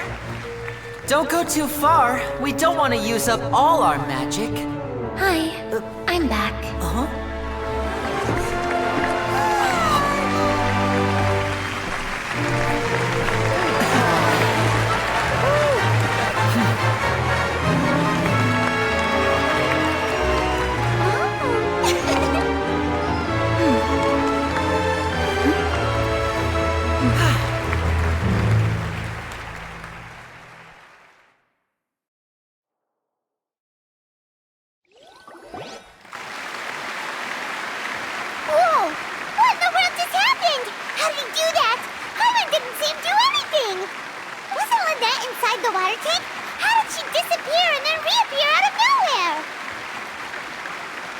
If we could see easily through his tricks, then that would mean that his skills are still lacking. To appreciate magic, you should focus on the show happening on stage, rather than getting caught up in trying to see that which has been intentionally hidden. Guess you're right. Paimon couldn't believe her eyes when Lynette reappeared. Amazing! Thank you everyone. I'm glad you enjoyed that performance. But our magical journey has only just begun. I've prepared even more astonishing surprises for everyone here. The magic of transformation and disappearance can go far beyond what you've just seen. I'm sure many of you are thinking that escaping the water tank was impressive enough, but Lynette is still my assistant after all. In which case, I have ample time to make all necessary preparations. So, for my next trick, I will require the participation of one lucky audience member. Please, if my assistants could bring out the magical boxes now. There are 2 boxes and only 2 boxes. One is here and one is there in the aisle among the audience. I'm sure many of our clever audience members have already guessed our next magic trick. A swap! Our lucky audience member and I will each enter a magic box. After 1 minute, we will each emerge from the opposite box. Now please, everyone pay very close attention to the box you see here. Don't give me any chance to make a move. Wow! How's he gonna do this? Hey, do you think this is all magic tricks, or does Lenny have actual superpowers? The lucky audience member will be generated by this random number selector. It selects numbers entirely at random. Even I don't know who will be chosen to participate. Now then, let's begin. Let me see. Oh, row 7, seat 3. Congratulations! You now have the chance to experience magic firsthand for an entire minute. Please, come forward. My assistant will take you beside the magic box. I'm sorry, it might be a little cramped inside, but no need to feel nervous. We've carefully arranged everything for you to be as comfortable as possible. You don't need to do anything, but no matter what strange things may happen, don't come out of the box. If the magic is interrupted, who knows where you might end up? You might even find yourself in the Fortress of Meropide. Oh, okay. All right. Before I enter the magic box, there is one more thing I need to ask the audience to do. Could you all give me a countdown? Like this. 60, 59, 58. Just keep counting down. You can go a little faster or slower if you like. I won't be able to see anything in the pitch black box, so I'll be relying on your voices to know when time is up. Oh, and no tricks now. If you quickly count from 60 in just 30 seconds, then I'll be in a tough spot. Ooh! Paimon kinda wants to count faster after hearing him say that! No, that won't do. I can see it in your eyes. You still can't be trusted. Let's practice together. Come on, repeat after me. 60, 59, 58. 60, 59, 58! That's right, perfect. Keep it going. All right, I'll see you all on the other side once you've finished counting. 54, 53, 52? Why aren't you counting, Nervalette? I am counting in my head. I think things are exciting enough in here as it is. Merely a consequence of my identity and personality. Do not worry about me. Just enjoy the show. Oh, alright. You look so serious that Paimon thought you might be feeling uncomfortable or something. 40, 39, 38! Mr. Linney, are you all right in there? Is everything ready? Yes, I'm fine. I'm just double-checking the direction of the magic. It would be a disaster if we get sent to the wrong places. For example, mid-air right above the audience. Even though he's saying that, Lenny doesn't seem nervous at all.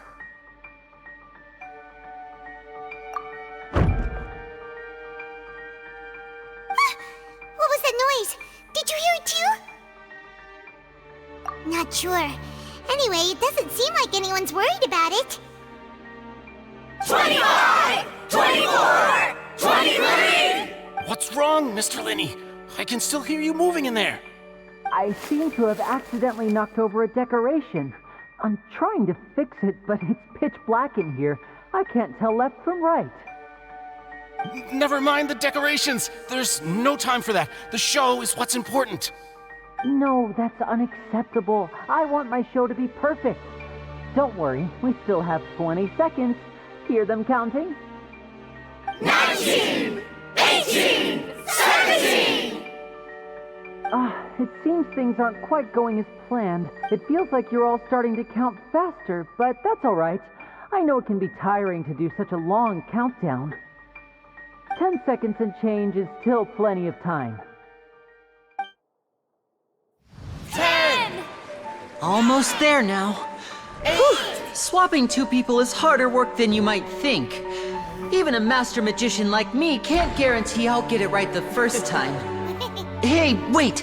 Is this the back one? I can't tell. They both look the same inside. Huh? No, that's not it. I'll try again. 7! Hey, slow down! Honestly! 5! 4! 3! Whoops! That doesn't count! 0!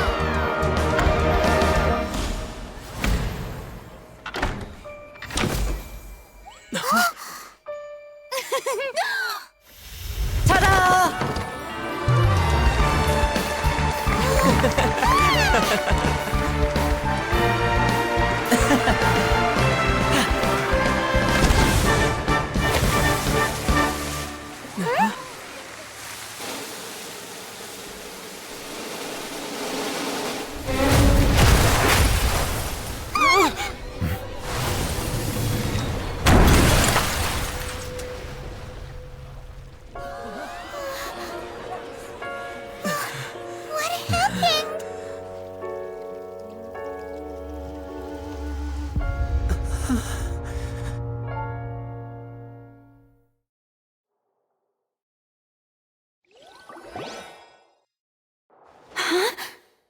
Is this part of the show? Mr. Lenny, you're going to use magic to fix the stage now, right? What happened? Oh no. Maybe this isn't part of the show. The girl was still in that box, right? This performance is over. Medical staff with me. Guards, secure the scene and detain all the performers. Seal the exits. No one is allowed in or out at this time. Yes, that's right. If this was just an accident, then we must investigate the cause. But if this was all part of some scheme, then those accountable will not escape the judgment of the God of Justice! No need to be alarmed, you two. We'll get to the bottom of this soon enough.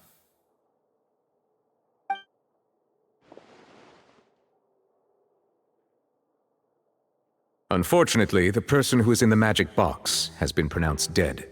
His name was Cowell, one of the assistants in Linny's magic troupe. Apparently, the fireworks on stage ignited the ropes that were suspending the water tank, which then caused the tank to fall onto the stage. As of now, we are still not sure why we found Cowell in the box, rather than the guest from the audience. And after an initial search of the area, the guards have confirmed that the girl is nowhere to be found. It appears that this incident was not merely some mishap with the performance. And there are many indications that it is connected with the case of the serial disappearances of young women. The serial disappearances case? That's the case that Charlotte mentioned before! I know the truth. I can see through the whole thing. Really, using such a shallow and obvious mystery as his finale, did he really underestimate us that badly? I say that our powerful magician, Mr. Lenny, is now the prime suspect for the serial disappearances case. Huh? Why me? This whole thing was an accident. No, this all occurred during your magic show, did it not? The missing girl disappeared after being chosen, did she not? The deceased is one of your assistants, is he not? Now that I think about it, that whole speech about magicians making things disappear was nothing more than a provocation, a bald-faced challenge. That can't be right. How can Lenny do this? He was in the box on the stage the entire time. We can even hear his voice. Besides, before the show, he told us that he would like to catch the criminal behind the disappearances. He couldn't possibly mean catching himself. Save discussion for a later time, please. Lady Farina, may I assume that your comments just now constitute an accusation against Mr. Linney and his associates, and that you are pressing charges? Huh? I just think that he...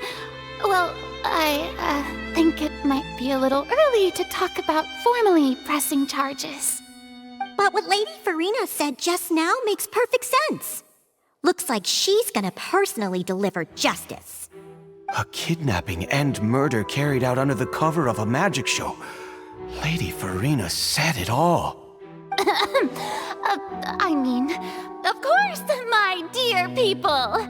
But what excites me even more than the obvious truth before our eyes is the opponent I'll be facing.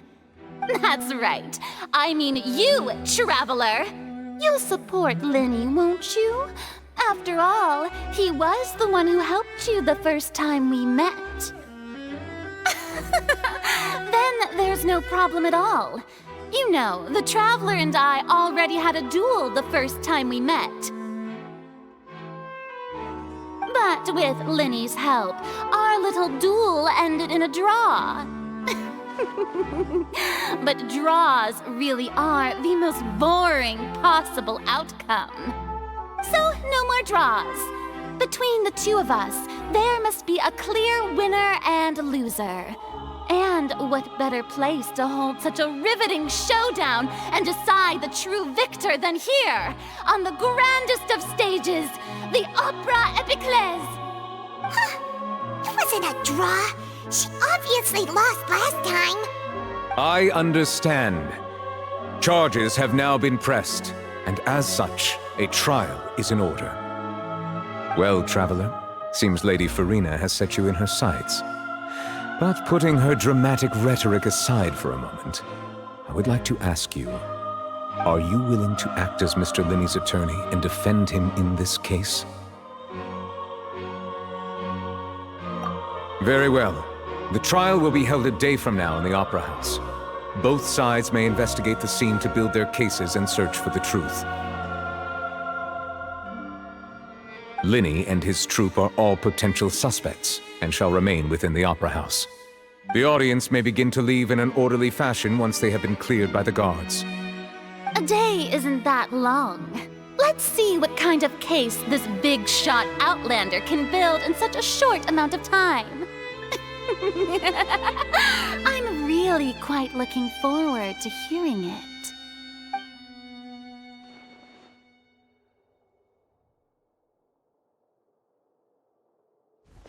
Lenny!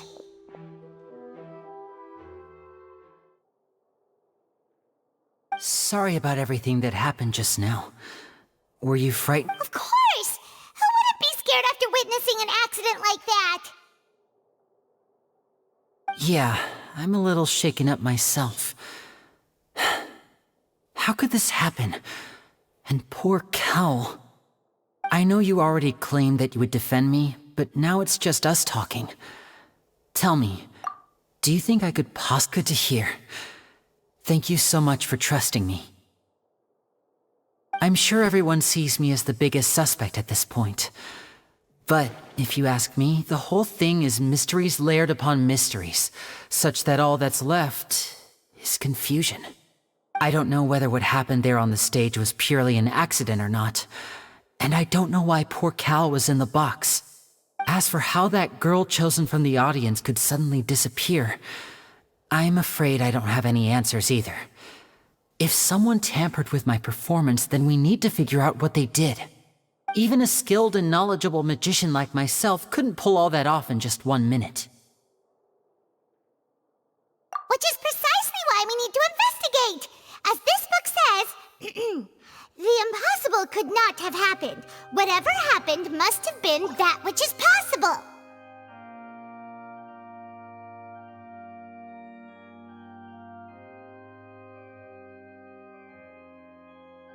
Paimon bought them when we were reading at the bookshop in the city earlier. Pretty cool, huh? Don't worry, Paimon used her own savings to buy them. It wasn't from our travel funds. I think they look cute on you, Paimon. You have good taste, Lynette. That's the right attitude. Feeling depressed isn't going to help me now. I need to get back to my normal self. But with the guards watching our every move, it's going to be especially difficult for Lynette and I to prove our own innocence. Good thing you agreed to be our attorneys. Thanks for that. We'll be counting on you. Yes, thank you so much. Yeah, just leave it to us. Oh, since we're going to start investigating, Paimon has a question first. Where did Lynette go during the performance? Ah, well, I'm afraid that would involve some of our essential trade secrets as magicians. The secrets behind our magic are past saving, Linny. I suppose you're right. The truth behind our tricks is going to be important evidence that will be weighted during the trial. 'Tis truly a pity. As a magician, our magic show is a work of art. We've poured countless hours and spared no effort in perfecting it. But if revealing our secrets will help you uncover the truth behind what happened, then it will be well worth it. We should go somewhere else if we're going to discuss our magic tricks. We'll go speak with the guards, and in the meantime, you can go investigate the stage and the seating areas. Alright, let's go have a look while the investigation teams are still here. Detective Paimon is on the case!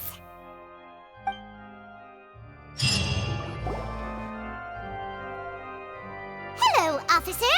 How's the investigation going?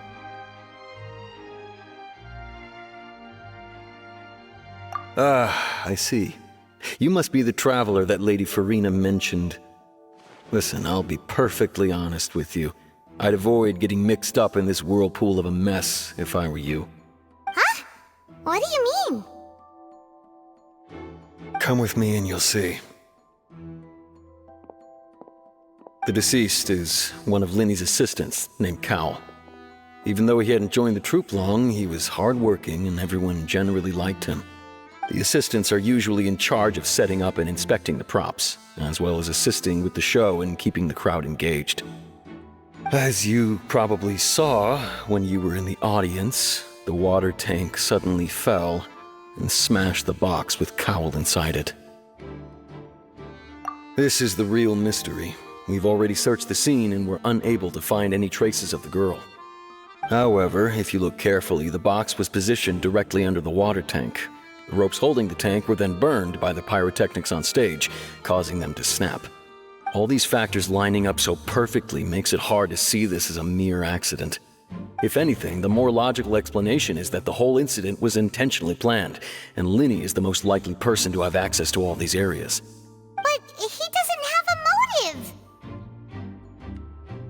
Are you both good friends of his?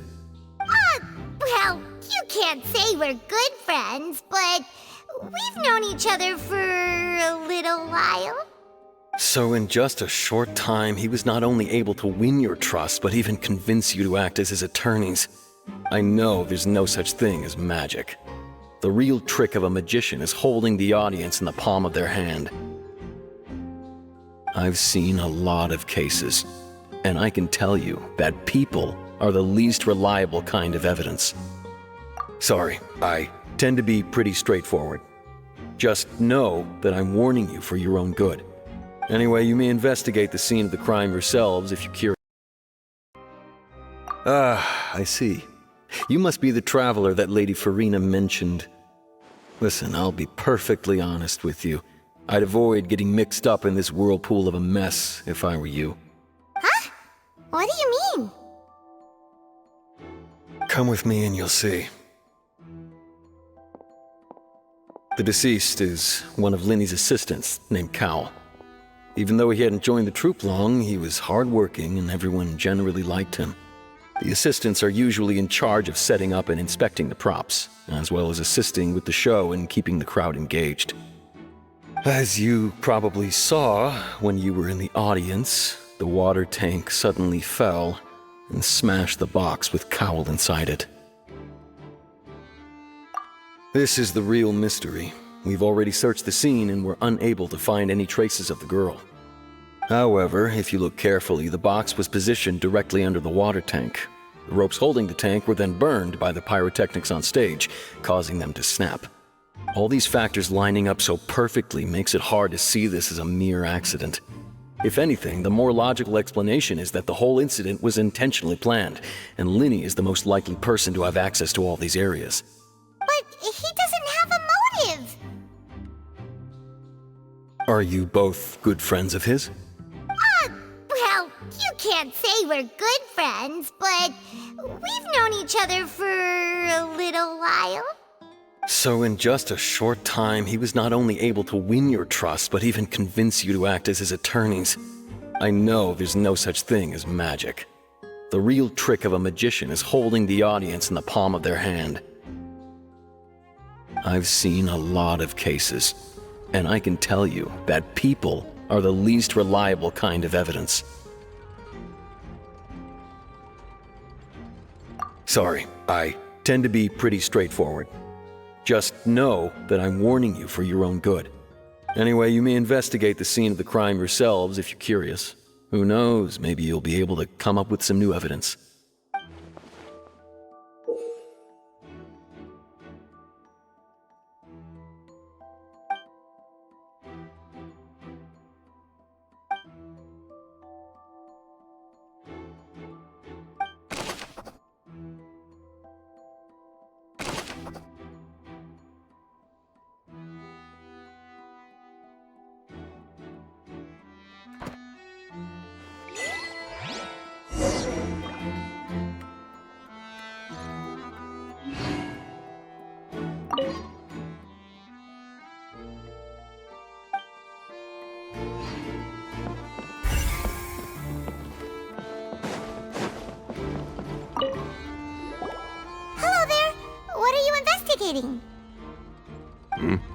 Oh, this location has also been cordoned off because the Magic Troupe members are currently considered prime suspects.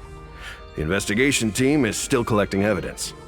The seats were all booked in advance, so we were able to deduce the missing woman's identity by checking the guest list. Sure, it's not like this is confidential information.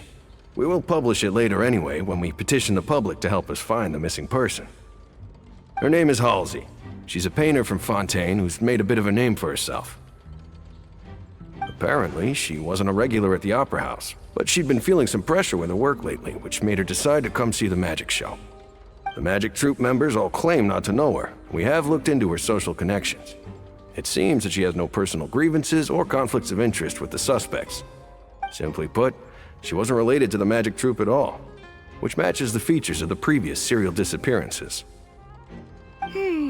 Were the victims of previous cases also chosen at random? That's how it seems to us, in any case. Apart from the fact that they were all young women of around the same age range, there really weren't any other connections between them. Okay then. No need to be so formal. If you do happen to see the missing girl, please be sure to contact us. It is of utmost importance that we get to the bottom of these disappearances.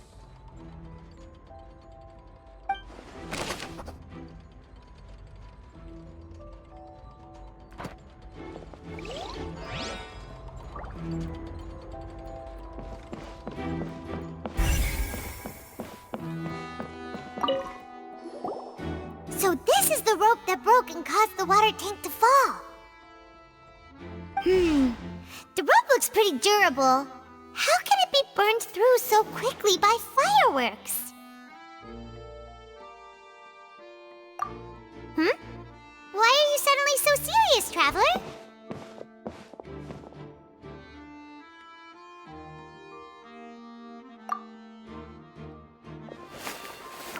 Whoa! Look! This bit is made from different material! it was burned away, but there's still a little bit of it left. Huh. So if a rope meant to hold something was made with that kind of material in it, then that means... Wait, Paimon should write all this down. Let's take notes.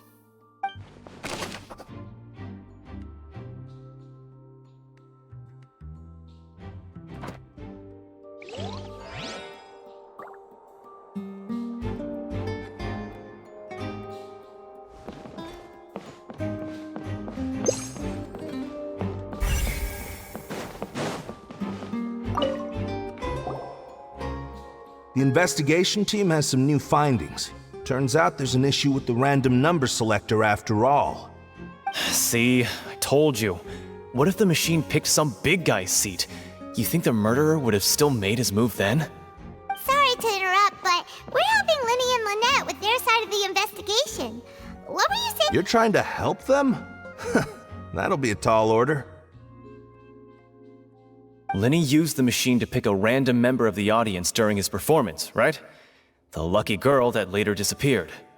Well, we thought there might be a serious problem with the machine, so we had it taken away for further inspection.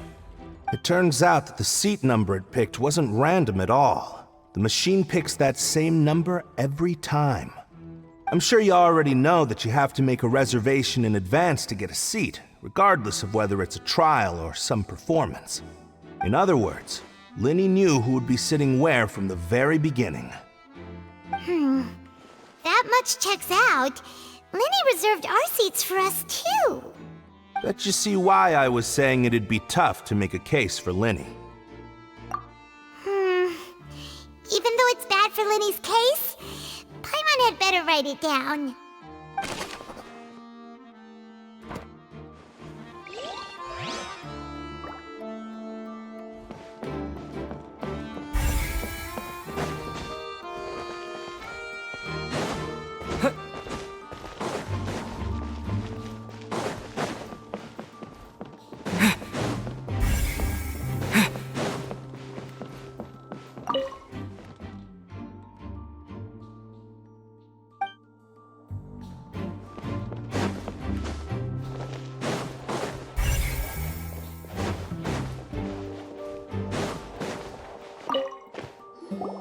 I see that you're investigating the area. Well, it just so happens that I'm interested too. If you find any new and interesting leads, be sure to share them with me, alright? We don't have too many thoughts yet. Then why don't I tell you my hypothesis first? The way I see it. And I'll start it with that loud thud. The thud? Oh, you mean the sound that happened during the countdown? Yes, exactly. It wasn't terribly loud, but I suspect that most people heard it. It's just that everyone was awaiting the results of Linny's trick with bated breath, so no one paid it much mind. But now that the incident has happened, the thud has become an important clue. That makes sense. So, what do you make of it? I'm of the opinion that it may have been the sound of Linny's accomplice, Lynette perhaps, jumping atop the water tank or something like that. And when the pyrotechnics went off, she cut the rope, sending the water tank crashing down. But wasn't the noise we heard too loud for that? Perhaps the balance wasn't right, leading to a particularly rough landing. Oh, that's true. I suppose I must reconsider. That does remind Paimon, though. What was with that sound?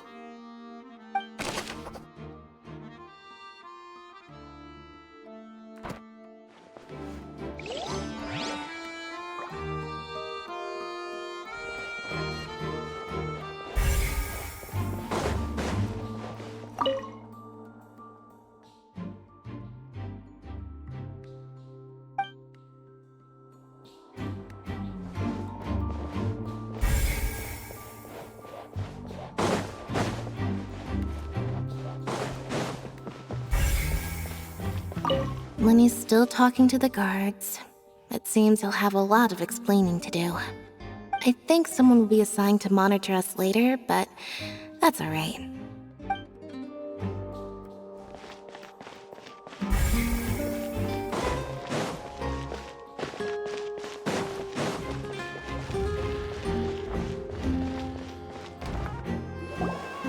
Hey, you! Yes, both of you! Over here! I've been keeping an eye on you for a while now. Huh? You mean us? That's right. If I'm not mistaken, you're also among those who wish to cut down the thorns and pursue the truth. No? And by the looks of it, you're not from Forntain. Well, you're right on the more about that one, but who are you? Have you never heard of the Spina di Rosula? From mediating disputes and providing protection to solving conundrums, you name it, Spina di Rosula does it. And I, Navia, have the honor of being its renowned president. Though those who play by our rules call me boss. I'm Silver, her attendant. Pleased to meet you. And I'm Melus. Demoiselle's various daily needs and affairs are under my purview. Huh? Boss? Demoiselle? What gives with the names? Well, I am the second generation president. Melus and the others are still used to my previous title. My apologies, Demoiselle. Should you prefer, boss, I will endeavor to use that instead. No, no need. You don't have to call me boss. Just Navia is fine. Okay, if you say so. Not that we're members of Spina di Rosula anyway. All merely trifling details. Never mind. Now, back to the situation at hand. That's right. I've always kept an eye on the serial disappearance cases. My interest stems from a matter back from my father's time. Judging from the look of things, I find Linny an unlikely mastermind. Really? We think so too! That's why we're looking for clues now. But how did you come to that conclusion? Intuition, naturally. My unparalleled intuition.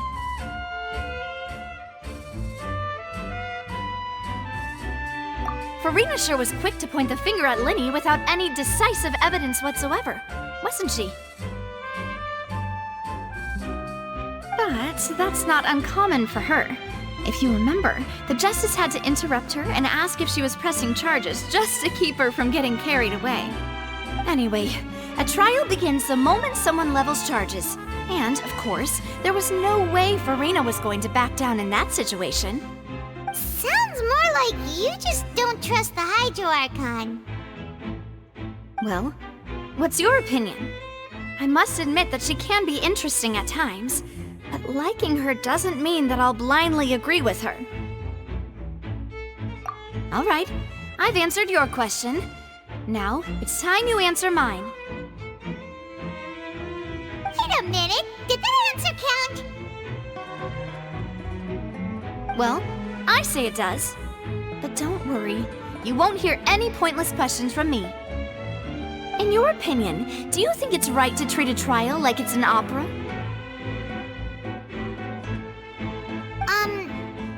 Well? And why would that be?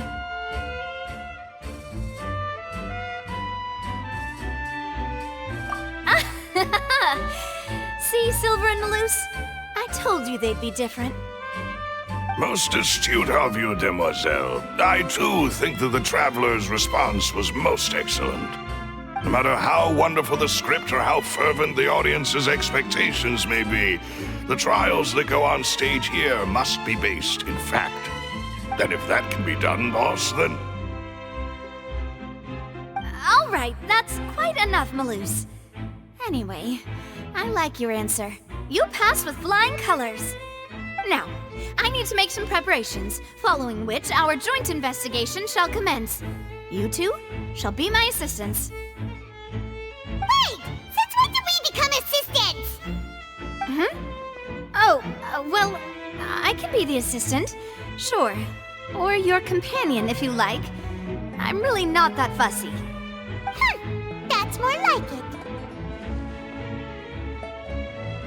it. Far be it from me to brag, but I believe that Demoiselle's intuition will be instrumental in uncovering the truth. You wish to save a friend from false accusations, and we wish to unravel the disappearances. In this sense, our goals are aligned. You have a point.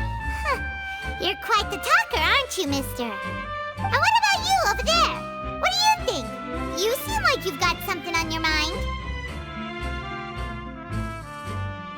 I have nothing to add.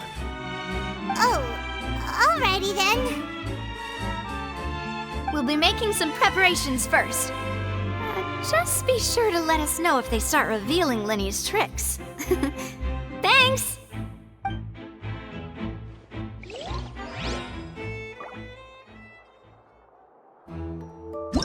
Whoever the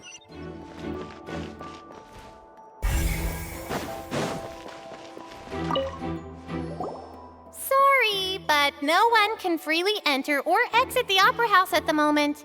If you wish to leave, you must register your identity with us first. No, we're not leaving.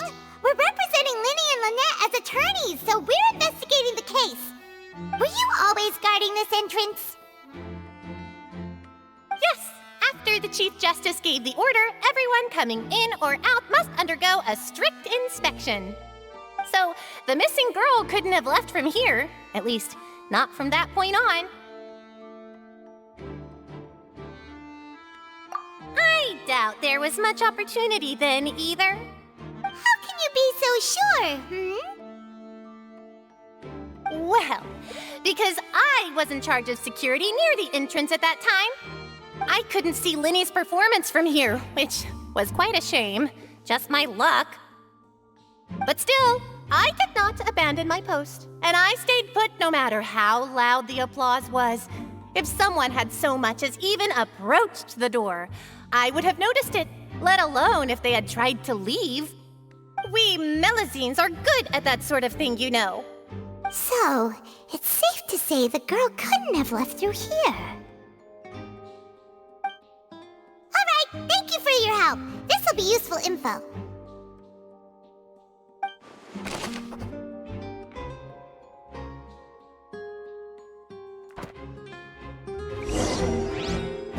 We've checked everything of note here at the performance venue.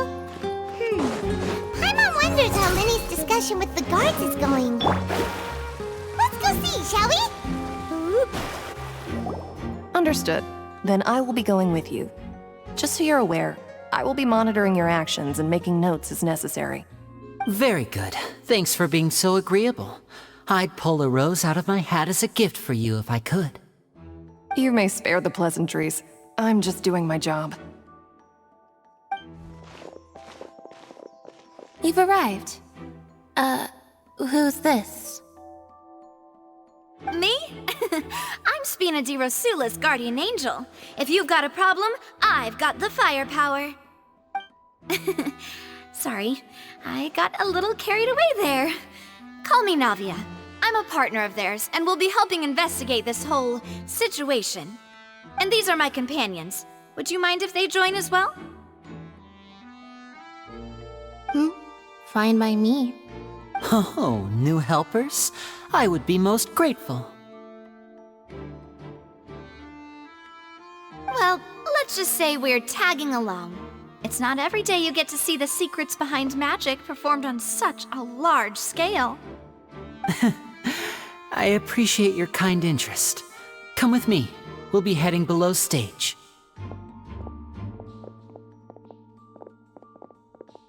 Huh? Below stage? Yes, a world of secrets is hidden beneath this magic box, prepared specifically for this switcheroo trick. But before I reveal everything, you should have a look first. Notice anything strange here?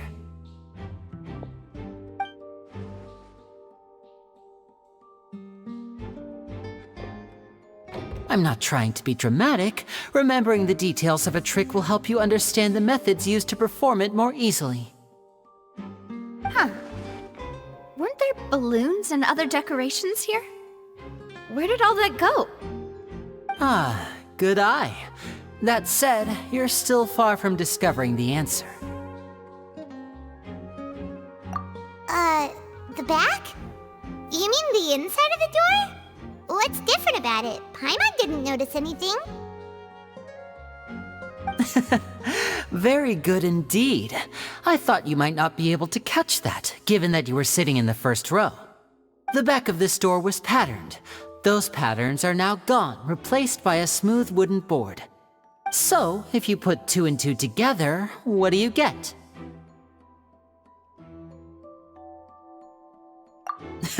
Exactly. All right, let's go. I'll tell you how it works as we head down.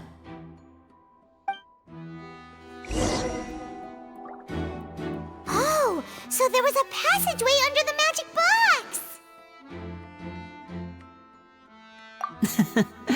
I knew you'd figure out most of it as soon as you saw this place.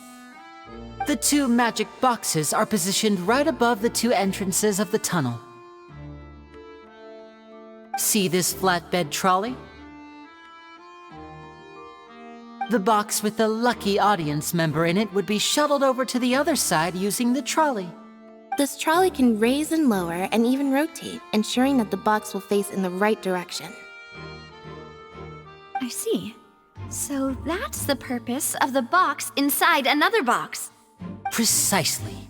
The inner box would descend after the audience member was put inside and be moved along the trolley, all while the outer box would remain on stage as if nothing had ever changed.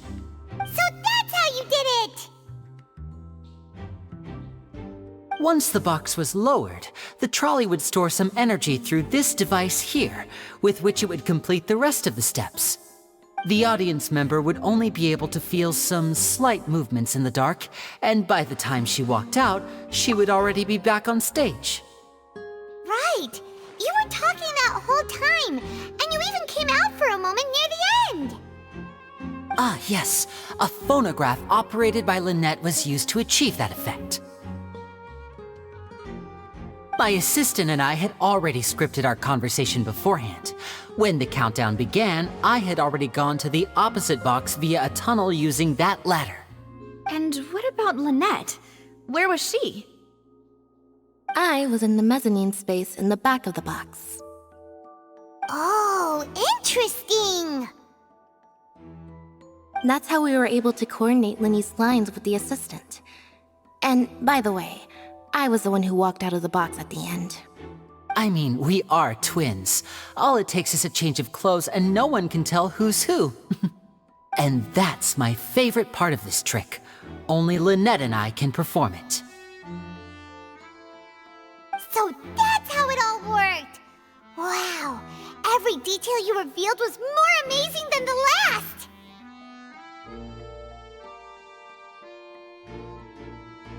Lynette would briefly walk out of the box and then go back in, jumping into the tunnel and escaping before the box on the trolley could finish ascending. And then I walk out of the other box in the audience area, and the trick would be complete. The operative word here being would. But as you saw, Cal was in the box, not our audience member. She, on the other hand, mysteriously vanished. We really don't know how that happened. If not for that interlude, this would have been an astonishing trick. I probably never would have figured out how you pulled it off. And yet, to think that someone was able to use this magic trick to commit a crime. Could we have a look around? I think we can come up with some more leads. This is the scene of the crime, so Linny and Lynette are not permitted to stay here. I'll escort them back up. Yes, of course. No need to be so strict now. I won't disappear into thin air, you know. Thanks, everyone. We're counting on you.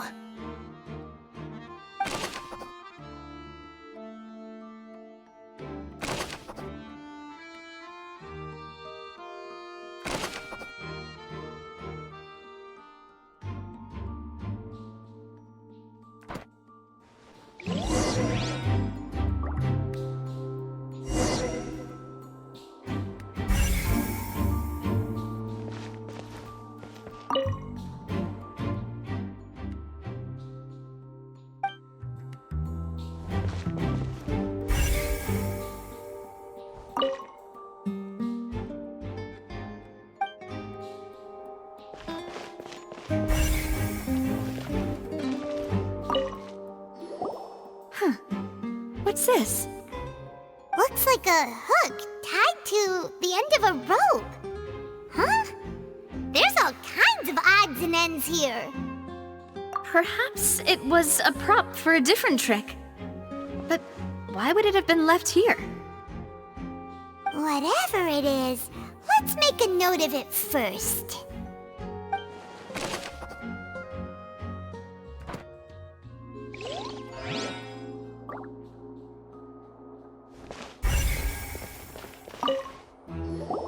The floor is wet. Please be careful not to slip.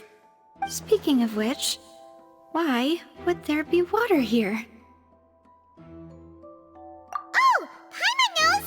It's one of those tricks where you pour water into a jug and then flip the jug over only for the water to disappear? And here's a broken vase. Huh. Did the trolley knock it down while moving? That can't be. The trolley moves along tracks from start to finish. It couldn't have hit the vase at this distance. Let's note this down too and think about it later.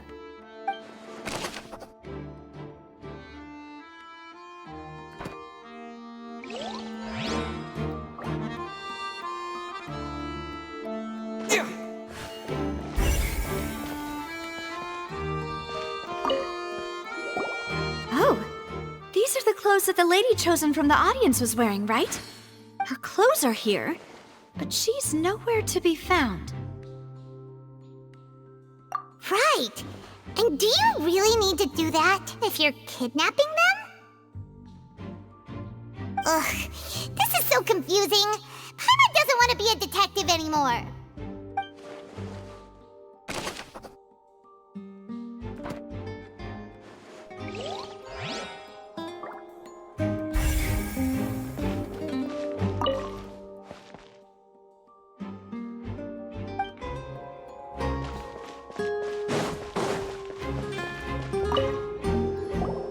What is this place?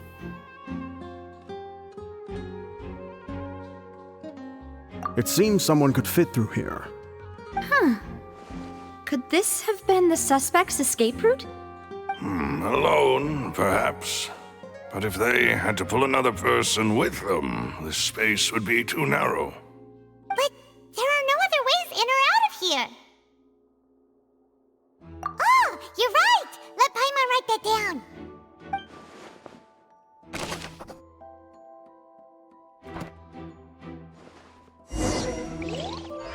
Seems we're just about done investigating down here.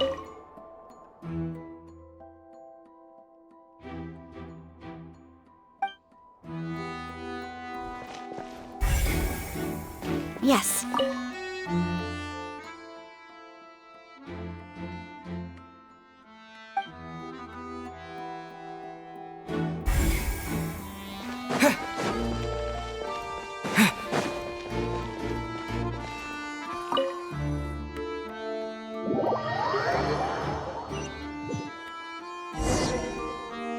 Well, we've ascertained the state of the crime scene. Let's find a place to sort out our findings once Malus returns. It seems to me that there are several things that don't add up here. Apologies for the wait, demoiselle. So, what did the guards say? Did the criminal escape through the vent? They believe the odds of that are very low, since the vent leads to the Opera House's basement. The guards have checked the area carefully. No one left through the basement during the performance or after the incident, and no one was found hiding there. So the tunnels become like a secret chamber then! You know, like the kind you usually see in novels. The plot thickens. Halsey's disappearance and Cowell's death are both quite inexplicable. No wonder Farina was so confident in her accusation. All the current evidence points toward Linny and Lynette. In other words, the charges are very likely to be upheld unless we make some considerable progress. Charges and then trial. So if the charges are upheld, they'll announce a sentence? That's right. This is how a trial goes in the Opera House. During the proceedings, the Chief Justice and the Oratrice we'll hear statements from both sides. That's right. This is how indemnitium is produced. The statements from both sides, the defenses from attorneys, witness testimonies, and even the audience's emotions will all be projected on the oratrice. To put it simply, it's as if the oratrice has its own will, and is a judge in its own right. This also precludes any kind of favoritism on the part of the Chief Justice. Not that this has ever happened anyway. Once both sides have finished speaking, the Chief Justice will make his final decision.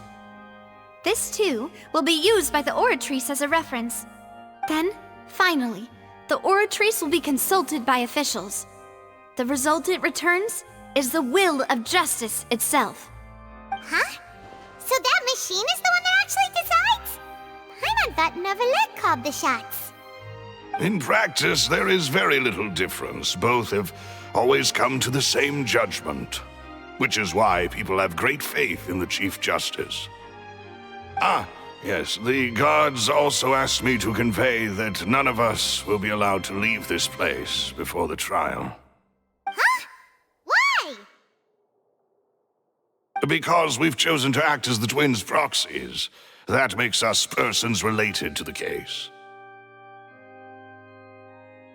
They're concerned that we might be colluding with outside parties, or that we might find outside help to disrupt the case. And even if that were not so, it could prove problematic if we happen to spread key information about the case ahead of time. I'm ready to break out at any time. Whoa! There's no need for that! Paimon thinks they have a point. That said, are they providing food? Of course. I just hope you don't mind the lack of options. I'm afraid that catering to all tastes is not in the cards, nor is any guarantee of balanced nutrition. In that case, let's just sort out our findings together here. Pity. I was hoping to take you to try some of Fontaine's famous desserts, too. I mean, what better way to properly think through our findings than over some tea and sweets? Huh. Breaking out suddenly doesn't seem like such a bad idea after all. Just kidding! Paimon will still do her best, even if there are no snacks. What do you mean, no snacks? Of course we'll have snacks. If we cannot buy some, then we'll simply make some. Huh? Here? But how? Understood, Demoiselle. Everyone, please come with me.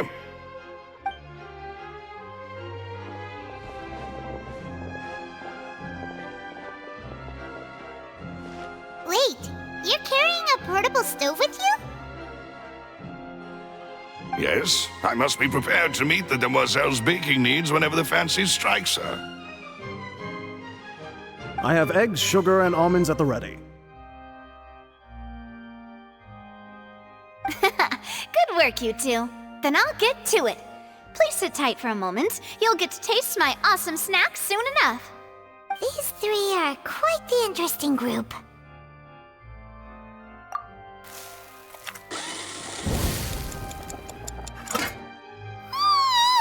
And Paimon thought it smelled good while it was still in the oven! Oh, it's even better now. Paimon can't stop drooling. From the way you had these two guys carrying all that stuff around, Paimon thought you'd have them do more during the baking process. But you ended up doing the entire thing by yourself! Beating the egg whites, grinding almonds, everything! I was applauding. And I was giving encouraging smiles. Paimon was just thinking, aren't you worried about getting your fancy dress dirty beating egg whites and baking like this? Well, I don't think it's carved in stone anywhere that fancy ladies can only read books, sip tea, ride horses, and play the piano. I just really enjoy making snacks. Don't underestimate beating egg whites, by the way. It's a real arm workout. You also need to beat them to just the right consistency, or your macarons will crack. Anyway, give these a try, fresh out of the oven. There's 3 for each of us. Only 3? Well, Eating too many sweet treats might send all that sugar to your head. You wouldn't be able to think clearly about the case on a sugar rush, would you? Tea is ready to be served as well. This is Demoiselle's favorite, strong black tea with a floral fragrance that clears the mind and lifts the spirit. No need for concern. I'm merely doing as I should.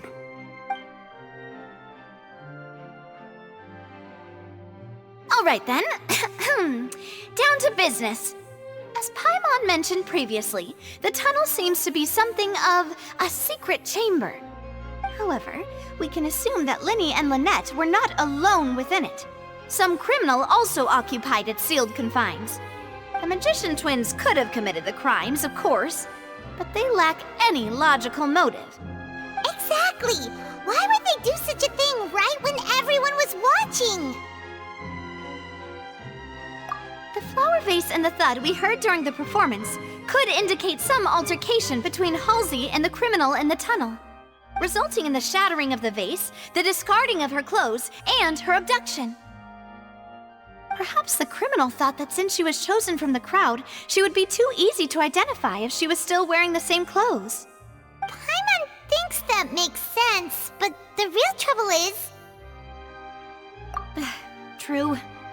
None of the clues we found thus far support the existence of this third person. But the only people left to consider are both technically victims, whether it's the missing girl, Halsey, or poor Cowell. Huh. Could Halsey have secretly made modifications to the magic props in order to murder Cowell before making her escape? That's right. And even if she had tampered with the setup, she would need to understand the entire trick to pull it off. Nor does she have any motive. The guards said that she has never had any dealings with the Magic Troop's members. Were we not thorough enough in our search? From the sound of things, this is turning into an impossible case. Your macarons are amazing though, Navia. They smell great! They're nice and crisp and super sweet! They are my specialty after all. And I see you've already had 5 of them. What? 5? Oh, that can't be right! Paimon only counted 3, honest! Please don't worry about it. At my age, a few less sweets might actually be a good thing. No! Being greedy is one thing, but Paimon knows how to count. Besides, Paimon knows that if she ate too many, then others wouldn't have enough. Wait, even you don't believe Paimon? How could you? If Paimon ate those 2 extra macarons, then may they turn into stone in her stomach! All right, we get it. Well, I suppose one of us might have gotten too engrossed in our chat and eaten them by mistake. No big deal. Malus, set up the stove again if you would. Huh? What are you doing? Making sure everyone gets 3 macarons, of course. Exactly. We don't want to trouble you. As you wish, Demoiselle. And I have the egg, sugar, and almonds. Well, this really is your hobby, huh?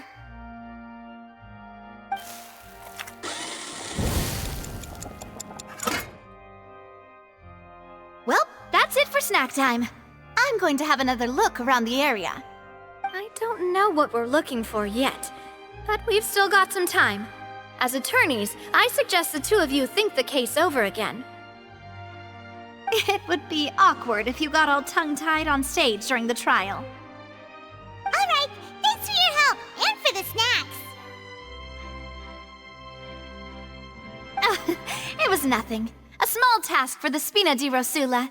Silver, Malus, it's time to go. I'll be back if I find anything new.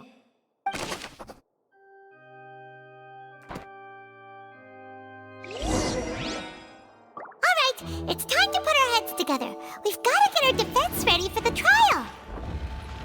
Oh.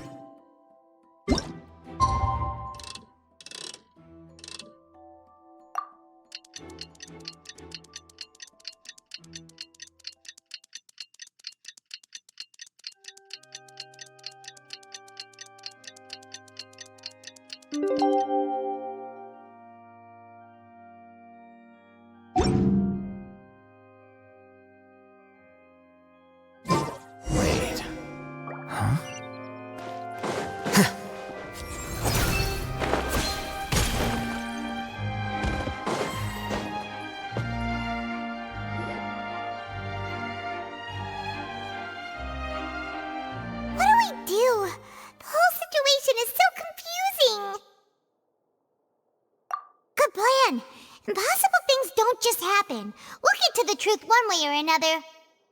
Just relax.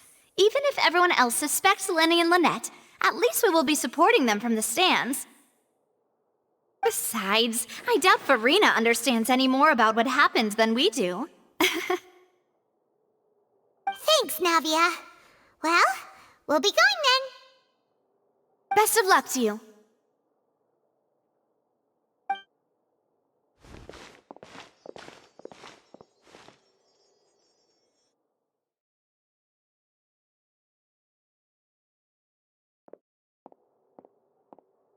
Finally, you're back.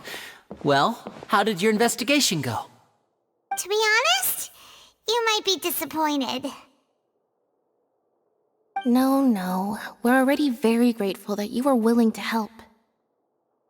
Well now, don't you all look disappointed. Don't tell me that your investigation came up empty-handed. That was to be expected, of course. The guilty can never produce proof of their innocence. But don't let that stop you. I shall be terribly disappointed should you, my most anticipated foe, concede so easily. Since both parties are present, I declare that the trial regarding the magic show incident is now in session. Firstly, in order for the audience to understand the causes and results of the incident, could we please have Mr. Linney explain the trick? Yes, of course.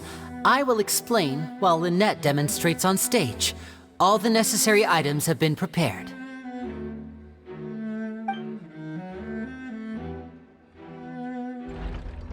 Thank you, Mr. Linney. In that case, I take your statement to be that you ran to and remained hidden within the magic box in the audience stands once the trick began, and thus could not have committed the crime. Is this correct? Yes, that's correct, Your Honor. In that case, I call upon the prosecution. Lady Farina, do you wish to refute his statement in any way? Why, of course I do. Allow me to take the first shot and break this case wide open. Mr. Linney is clearly lying. There is no way you could have been in the box the whole time if you were to abduct Halsey and murder Cowell. In fact, I'd say you were hardly in that tunnel at all. That is simply your hypothesis based on the presumption that I'm guilty. Oh, is that so? And if I may ask, what did you hear while you were inside your box? The roaring countdown of the crowd, of course. That's how I kept track of the time and built anticipation for the finale. And you didn't hear anything else at all? Nothing that might leave an impression of any kind? No, nothing. I see.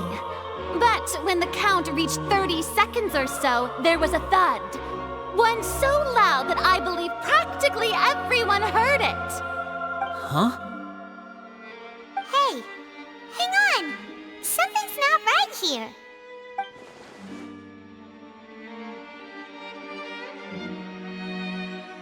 Yeah, I'm sure he could have heard a noise that loud from inside the box. I was right by the box, and I definitely heard the thud. Look at those scales. Could those mean...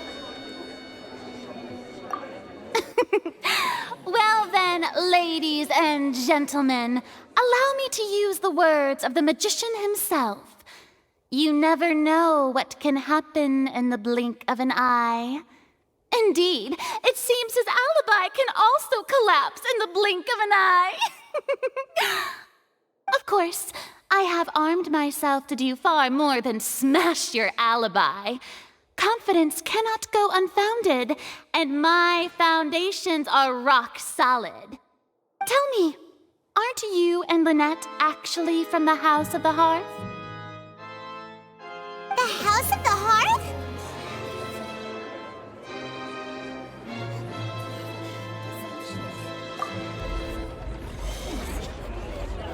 No wonder they did something like this. So the serial disappearances were the Fatui's doing. Now it all makes sense. I've got a feeling that what happened on stage probably wasn't just an accident. That's irrelevant. Our identities have nothing to do with what happened. Indeed. Then perhaps you could tell us everything that happened during that 1 minute.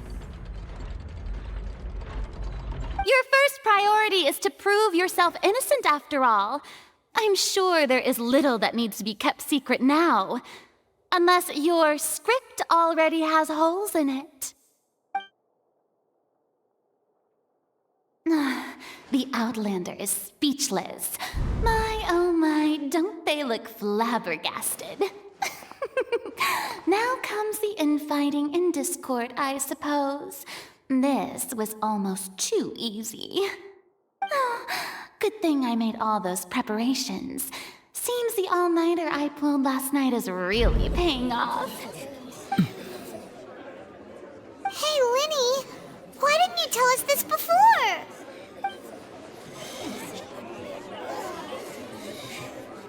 Order! Order! Mr. Linney, allow me to re-establish the facts. Lady Farina has raised 2 points. First, when the thud was heard in the Opera House, you were neither in the box nor the tunnel. Second, you and Ms. Lynette are both members of the House of the Hearth. Are these claims true?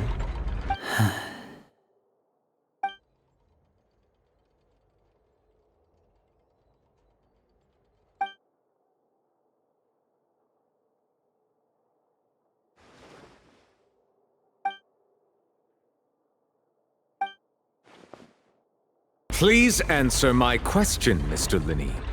I'm sorry. Yes, they're true, Your Honor.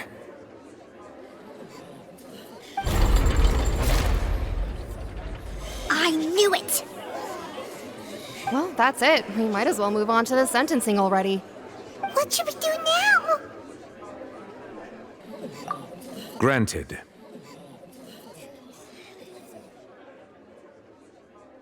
In that case, what is your request? Is that really necessary? They're already as good as guilty. The defendant deceived their own attorneys. What is there left to discuss? Order! Order, I say! Your request is reasonable, and we shall adjourn. This trial will reconvene in 1 hour. So you would stick to Mr. Linney's defense even after knowing what you do now? You certainly have more professionalism than I thought. In that case, my dear audience, let's allow the joy of victory to steep for a little while longer.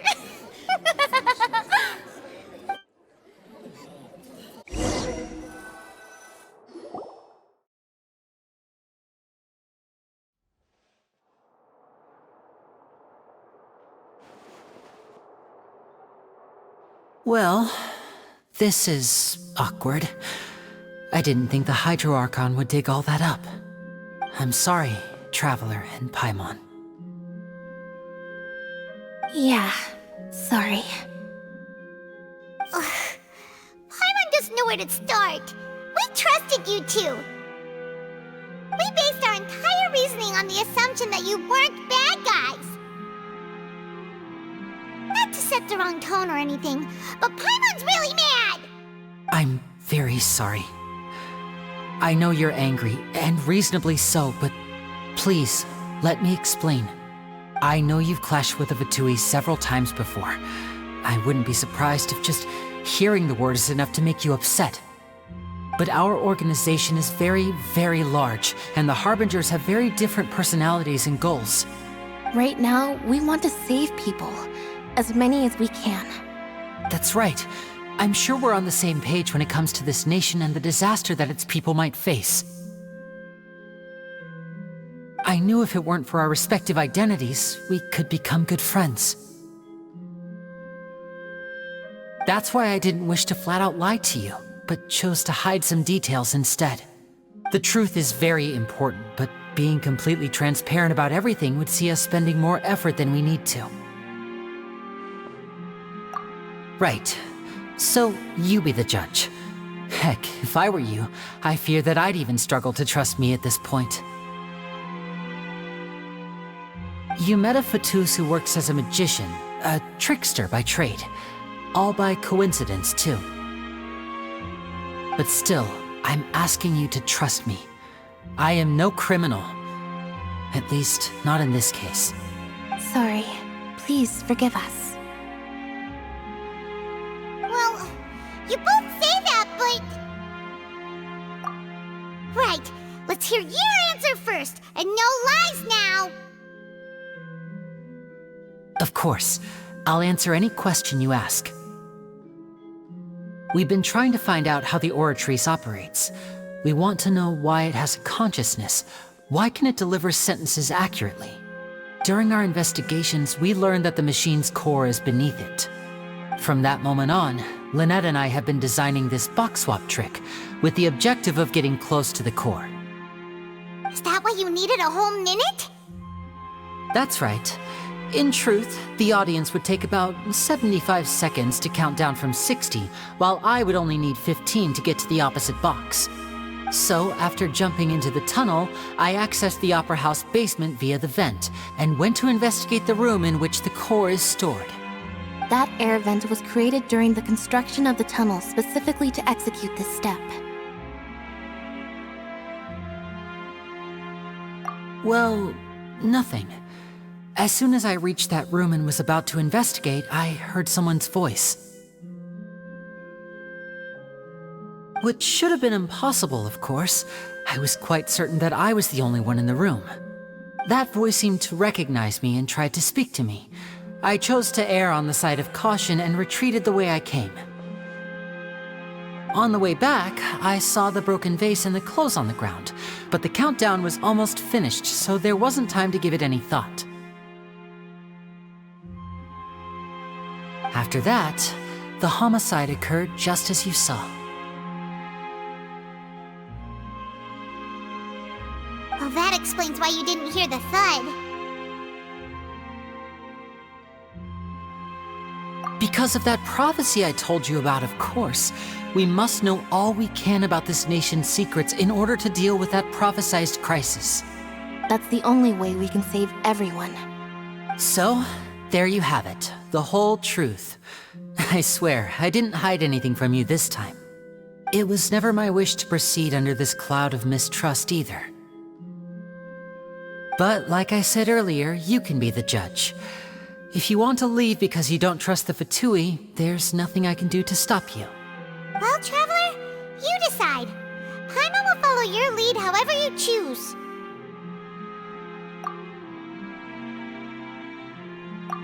Okay, thank you.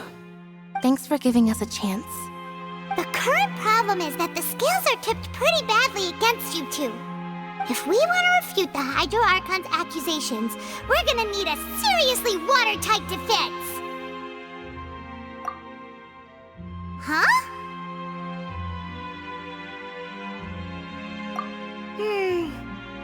Oh, Paimon thinks she gets what you mean.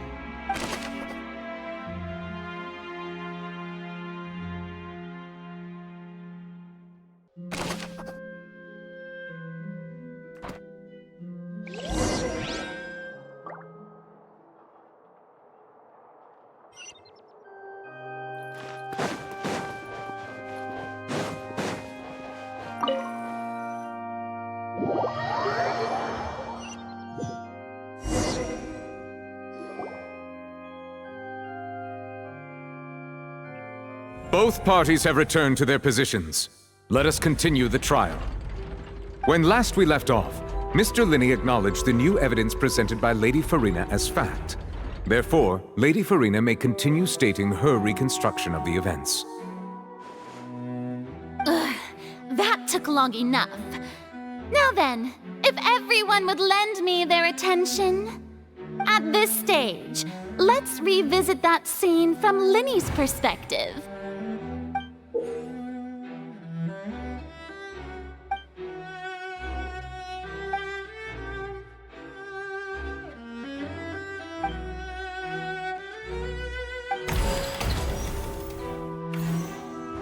As the countdown began, he entered the tunnel. When the flatbed trolley passed, he opened the box and got into an altercation with Halsey, which caused the loud thud. He did not realize that this sound could be heard by everyone in the opera house, which is why he claimed earlier that he could not hear the sound. Finally, he used the vase to knock her out, before making her change clothes to prevent others from recognizing her. At this time, Cowell arrived in the tunnel, having heard that strange noise, and caught Linny red-handed. So Linny proceeded to knock him out too before stuffing him into that box. Afterward, Linny passed the unconscious Halsey to his accomplice through the magic box in the audience stands, before operating the devices such that Cowell's death would be ruled an accident. And there you have it. That's the truth behind what happened. Does the defendant's side have any objections to Lady Farina's description of the events? The key to refuting Lady Farina is the order of events, what Linny experienced and what he saw.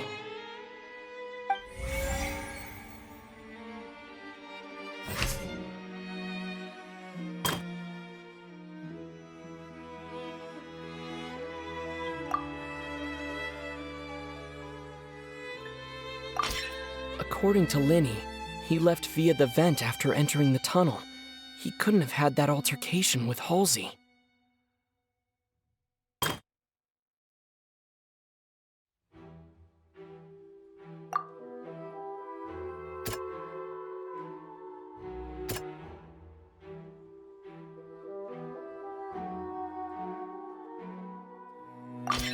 Linny went to the room that contains the Oratrice's core. This is the actual truth.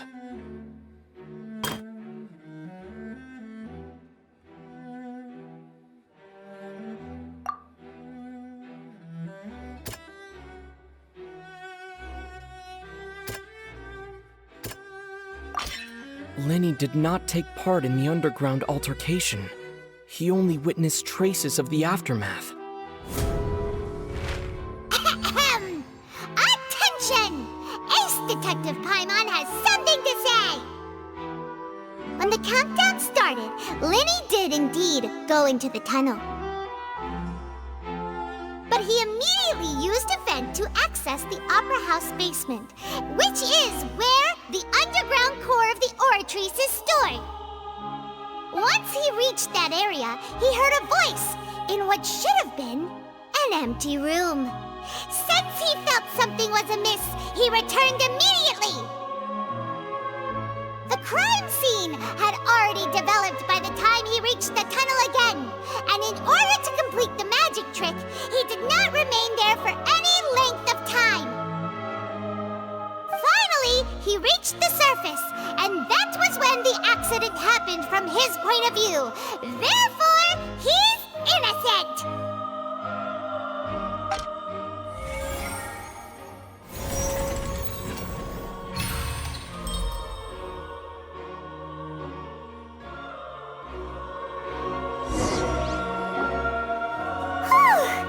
Paimon did it! Paimon actually managed to say all that! Wasn't it awesome? In other words, you believe that he knew nothing of the incident? That's right! My reasoning?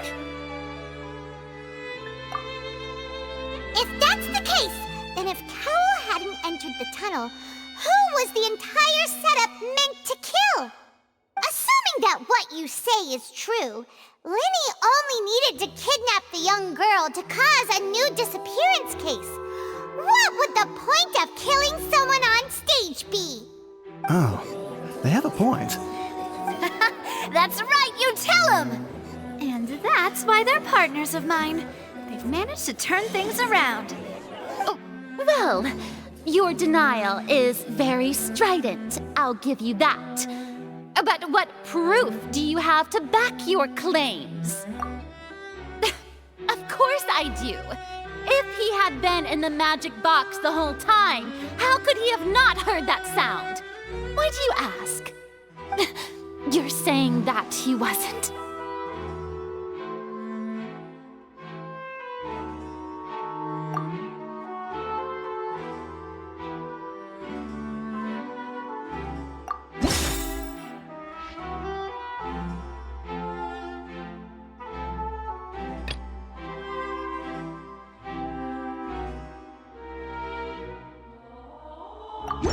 That's right! Lenny wasn't in the box or in the tunnel. That's why he didn't hear anything strange during the performance. This means that when the crime happened, Lenny had already entered the basement via the vent. The same clue you used to disprove his alibi has now become the best proof! How do you like that? Well played. To think you'd use such logic. Well then, if it wasn't Lenny who committed the crimes, then who was it?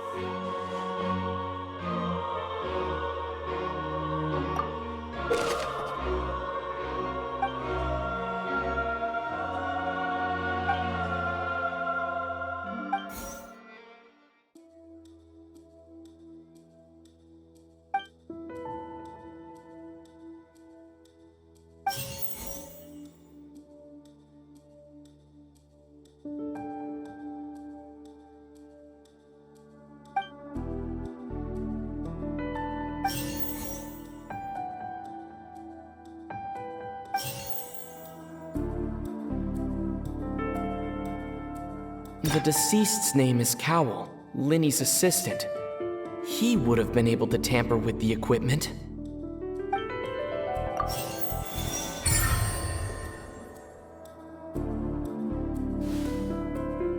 Huh? That can't be right. Are you serious?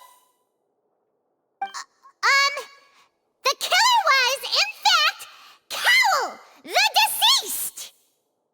Oh, is that so? How interesting!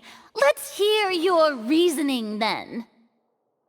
What I must do next is recreate the truth. What Cowell did, and how he went from would-be perpetrator to victim. No one entered or left the Opera House through its entrances, so where would the criminal have wanted to take Halsey? The deceased's name is Cowell, Lenny's assistant. He would have been able to tamper with the equipment. Halsey's clothing was in the tunnel, so there must have been some fear that she would attract attention. The sound we heard may have come from a clash between the missing Halsey and the criminal. Lenny was not in the tunnel at that moment, which gave our criminal ample time. It would have been tough for both people to fit into that vent. They would likely have bumped into Lenny as well. The deceased's name is Cowell. Halsey's clothing was in the tunnel, so no one entered or left the Opera House through its entrance. The sound we heard may have come from a clash between them. Lenny was not in the tunnel at that moment.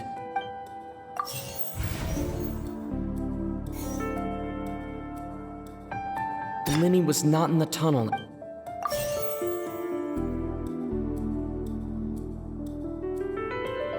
It would have been tough for both people to fit into. The deceased's name is Cowell.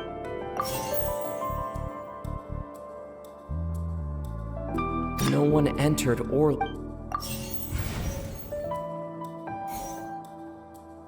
The sound we heard may have come from a clap. It would have been tough for both people to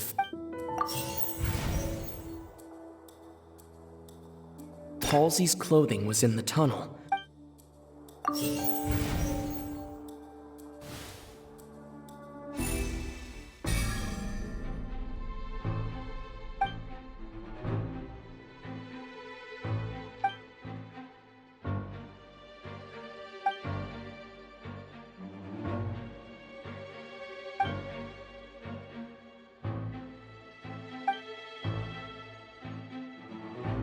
What's wrong, Traveler? Are you still having trouble figuring things out? I see how it is. So this was all just a bluff. And here I thought you had something to show for it. But it seems you're still far from the truth. Look, since we're at a dead end, why not consider a different track? Just like the trick as it transpired, the end result must have been utterly different from the magician's initial design. If only we knew how Halsey disappeared.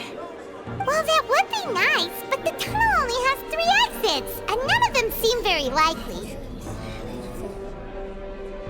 And it's not like this is a magic trick where you can just make a real live person disappear. You know, like you did from that water tank, Lynette.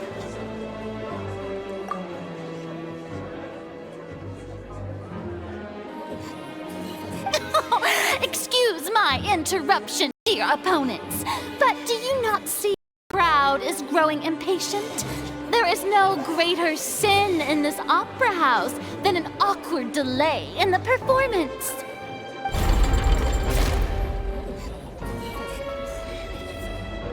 If the defense is unable to make further effective arguments, we will move on to the next stage of the trial.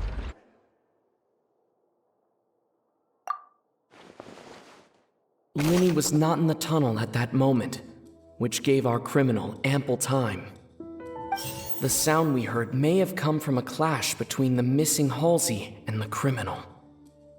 The deceased's name is Cowell, Linny's assistant. He would have been able to tamper with the vase was not broken by chance.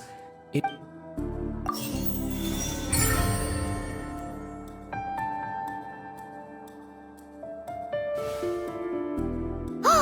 Paimon gets it! It all comes together if Halsey disappeared instead of being kidnapped. Lynette escaped from the water tank, vanishing gradually and leaving only clothes behind.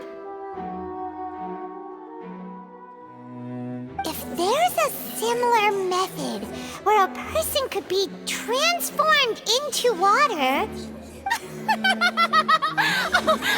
How could a person ever be transformed into water?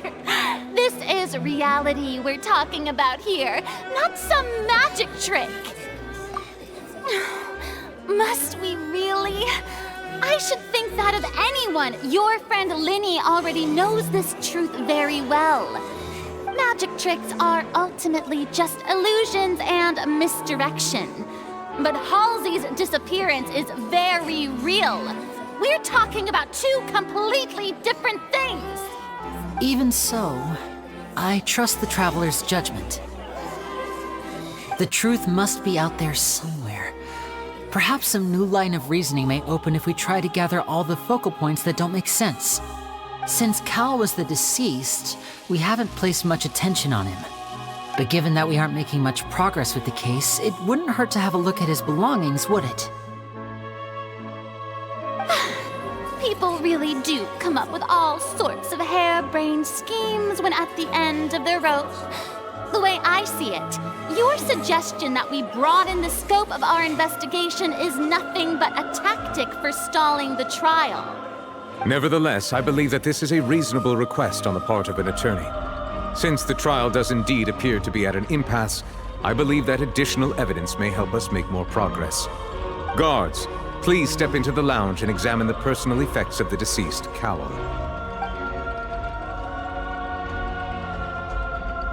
We are still examining the items, but we have already made critical progress that we feel must be shared with everyone post-haste. We discovered several test tubes of fluid within Cowell's baggage, each labeled separately. The notebook in his backpack claims that these fluids are water from the primordial sea. The primordial sea? The note's contents also indicate that Cowell belonged to an organization that sells illegal drugs and that he had an accomplice. The notebook has many entries concerning safe usage of these fluids, in which the keyword dissolve appears many times. One of these tubes was labeled Opera Epiclese, along with yesterday's date. It is empty. The notes also state that these dissolution properties work exclusively on people from Forntain. It's likely that Halsey was chosen as some sort of test subject. As such, we believe that the defense's hypothesis is, in fact, supported by sufficient evidence. You gotta be kidding! People dissolving into water? Could something so ridiculous actually be true? Wait a moment. This reminds me of a certain prophecy, but it's just a coincidence, isn't it? Huh. If people can become water, does that mean that the water tank's real use was as a means to hide water stains? And if Cowell was targeting that girl... Wait just a minute. Could that mean... You two, with me, quick! Demoiselle, wait! What about your partners? Let's go. Just trust me. Order! Order! It is undeniable that further examination of the deceased's personal effects has yielded some surprising results, but we cannot yet verify the veracity of these clues. Still, let us assume that these clues are indeed authentic, albeit with the understanding that Ms. Halsey has yet to be found. Guards, please continue examining the items along these lines. Mr. Linney, it appears your hypothesis is supported by the evidence, so please continue speaking. Of course. Thank you, Your Honor.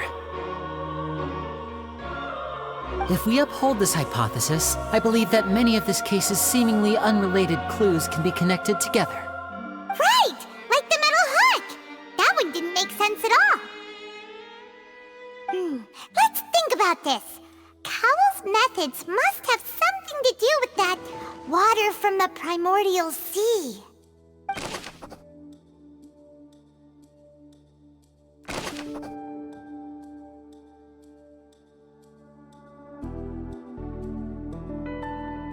The rope that held the water tank up was lit by the fire. The deceased's name is Cowell, Linny's assistant. Now it seems like the hook rope was not meant for another The water from the primordial sea should already... Lynette was in the magic box on stage the entire time.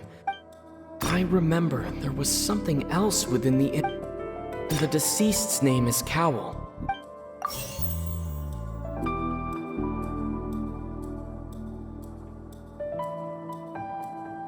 Now it seems like the hook rope was not meant for another... The rope that held the water tank up was lit by the fireworks and snapped. The water from the primordial sea... Lynette was in the magic box on stage the entire time. I remember there was something else within the inner layer of that...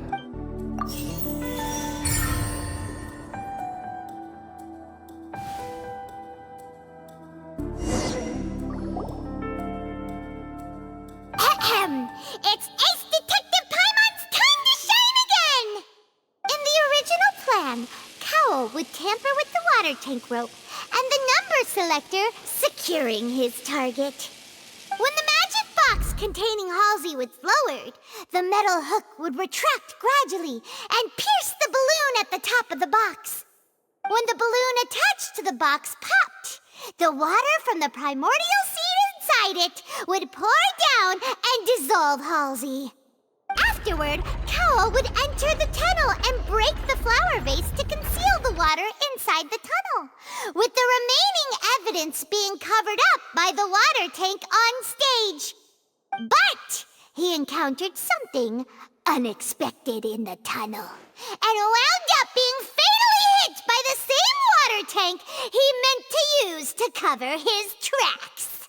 Huh. That does make sense. That actually links together a lot of the more confusing pieces of evidence.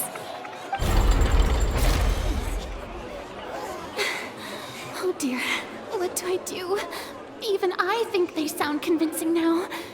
Have I falsely accused an innocent person? What a humiliation.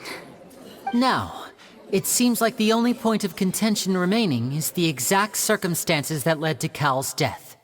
His notes mentioned he had an accomplice who could be related to the situation. On that note, the guards have just contacted me indicating that they uncovered new evidence. I shall now invite him on stage to share it with us. Thank you, Your Honor. We were just inspecting the luggage of the other people involved in this case. And we found an identical sample of the water from the primordial sea among Linny's personal effects. What? That can't be. Oh, I see. Well, how wonderfully comedic to have your own counterattack only to come back and wound you. Does this not clear all doubt? My dear citizens, my loyal audience, allow me to present my reasoning and bring this performance to a swift close. Linny did not need to take part in the dissolution of the young woman at all. Indeed, he did leave the scene via the vent. Having made modifications to the props beforehand, his accomplice Cowell then caused Halsey to vanish using the water from the primordial sea. But upon his return, in cruel avarice, Linny desired sole credit and prepared to do away with his partner in crime. Ultimately, he knocked Cowell out, and the tool meant to cover the crime up also became a murder weapon. Now, as much as I regret having come to such a viciously straightforward conclusion, it does seem that the famed Fatui is quite the cold-blooded and ruthless organization. Am I right, Mr. Linny? We've used up all the evidence we collected. There's no way for us to make a rebuttal here. Is this the end of the road?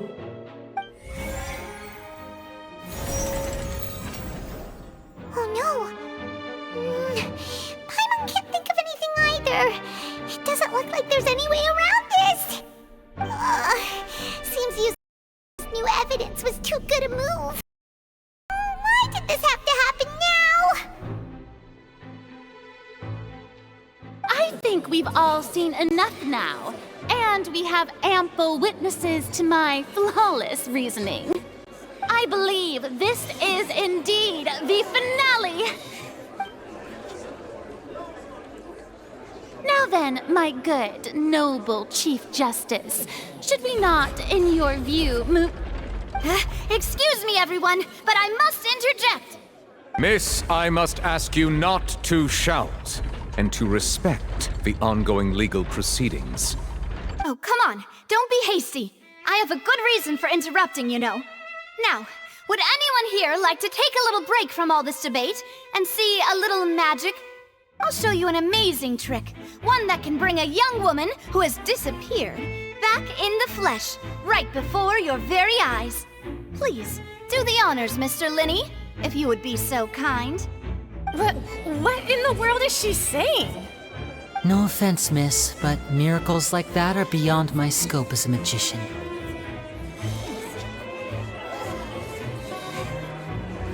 Come on now, don't be silly. Magic is all about misdirection, isn't it? It often conceals the truth while presenting a fascinating illusion. But once everyone believes the illusion, can't magic reveal the truth to them once again? And wouldn't such a trick be the most marvelous finale to today's performance? Come on, Linny and Lynette. Give it another go. Don't worry. Spina di Rasula has made the necessary arrangements on your behalf. But as the magic makers and stars of the show, I think I should leave the final performance to you. I understand.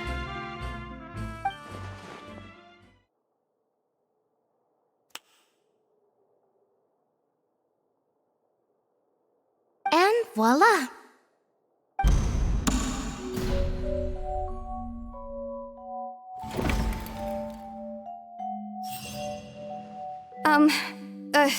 Sorry for the interruption.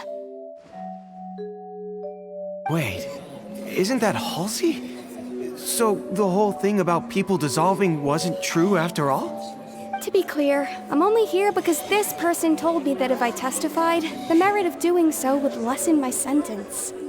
I was hiding outside this room listening to the proceedings because I was afraid that I would be the one put on trial. I was just feeling happy that no one had noticed me, and then before I knew it, she caught me. That'll teach you to underestimate us three. Where should I begin? I'm sorry. I'm the one who killed Cowell. I admit it. What? Why? Firstly, my name isn't Halsey. It's Lillian, and I'm originally from Mondstadt. I heard that Linny's show was gonna be a real thriller, but I missed the chance to buy a ticket, so I stole one. That's how I make a living. I steal stuff here and there, and I'd never been caught before. But I was noticed at the harbor a few days ago, and I barely got away. Linny was the one who caught me in the act. Hey, no wonder you look familiar. So you were the thief! Liddy even mentioned that you were pretty skilled. Well, and I thought that would have been the end of it, but then the number selector chose me. He even mentioned the Fortress of Meripede. That's a prison, isn't it? So you can imagine how shocked I was. I thought he was onto me for sure. So I played along with the show while looking for an opening to flee, but then I got water poured on me for no reason, and then someone jumped into the tunnel to nab me. I wasn't going to take that lying down, so I knocked him out and stuffed him into the box. There was nowhere to run from there, though, so I had to change my clothes and hide in a box containing performance costumes. I slipped out after the first guard arrived at the scene and continued hiding inside the opera house. Can a person even hide in there? But I swear I didn't know that the water tank would fall down. Really, I swear it. Had I known that, I wouldn't have put him in the magic box. I may be a thief, but I'm no killer. Well, that makes everything pretty clear now, doesn't it? This time, we need to tell the entire story from Lily-Ann's perspective.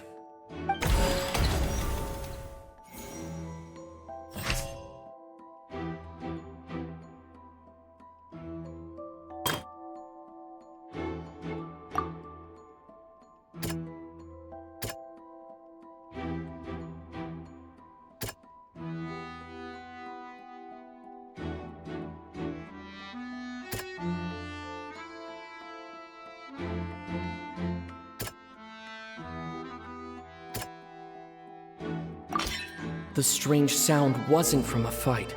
It was Lily-Ann's attempt to break out when she was frightened.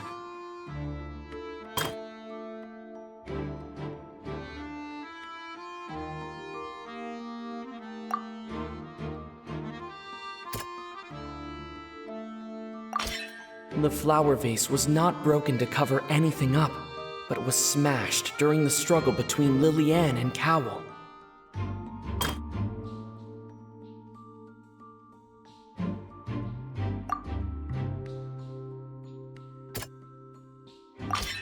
Lily-Ann was afraid that she would be recognized if she left, so she changed clothes and hid, biding her time. Just what...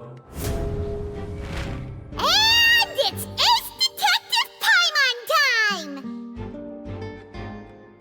Having been selected out of the blue, Lily-Ann panicked. Her panic only intensified after she entered the tunnel and had water poured on her head. So she kicked the door open, producing the thud we all heard. Hearing the commotion, Cowell leapt into the tunnel, only to discover that Lily-Ann had not dissolved. He did not know that Lily-Ann was not from Forntain, but was a thief who made her way in by stealing a ticket. Mistakenly believing Perceiving that the water from the primordial sea needed time to take effect, he tried to force Lillian back into the box. The two broke the flower vase during the struggle, but Lillian came out on top, knocking Cowell out and putting him in the box. With no way of escaping, she changed her clothes and hid in the costume trunk until the performance ended.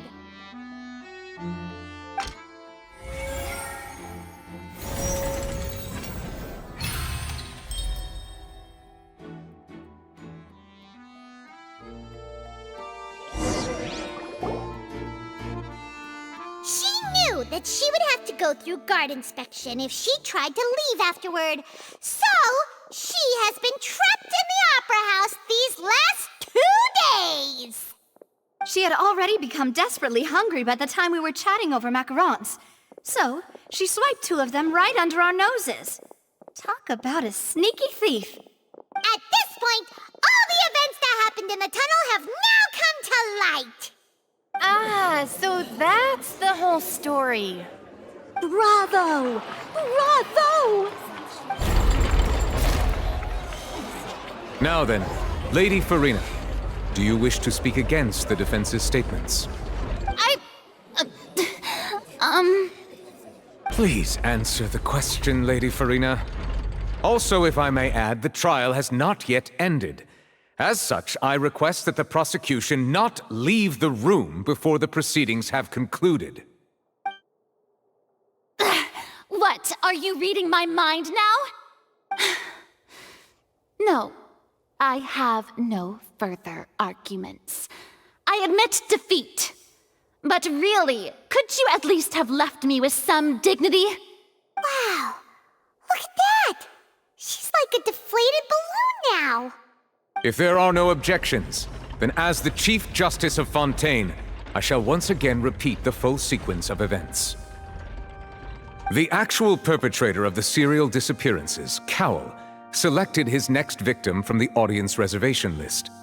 With some modifications to the selector, he could ensure that the pre-selected young woman would be chosen.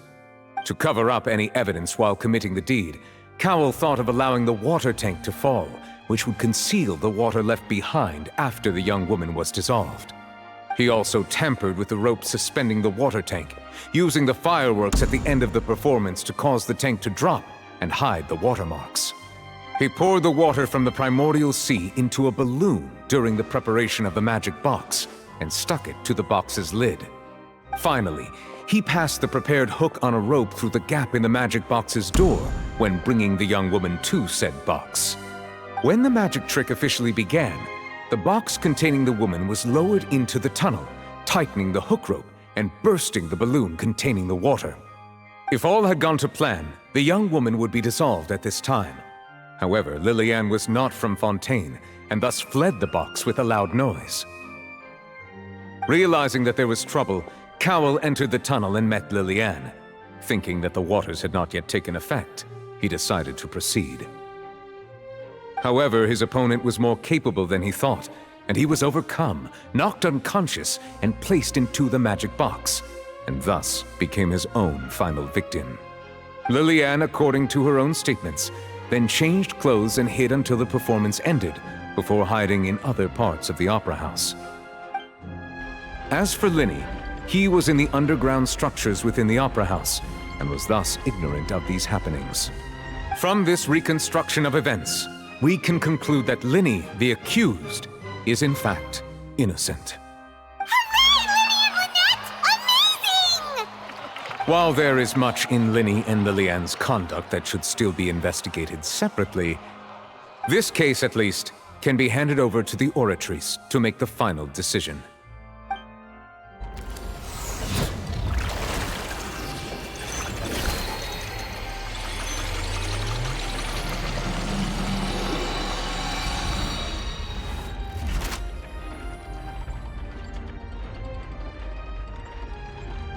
As such, Linny and Lynette are officially declared not guilty.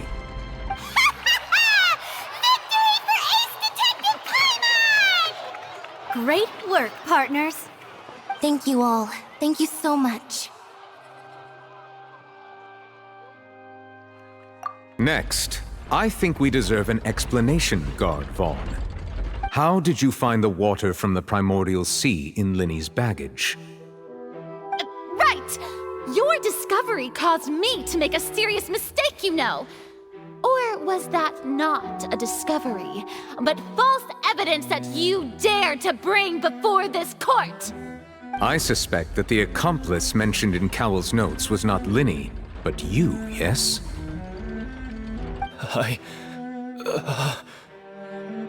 I'm sure you know what you must do to lessen your sentence. Speak quickly! Unless you want to earn yourself a one-way ticket to Coupon Town. I was just following orders.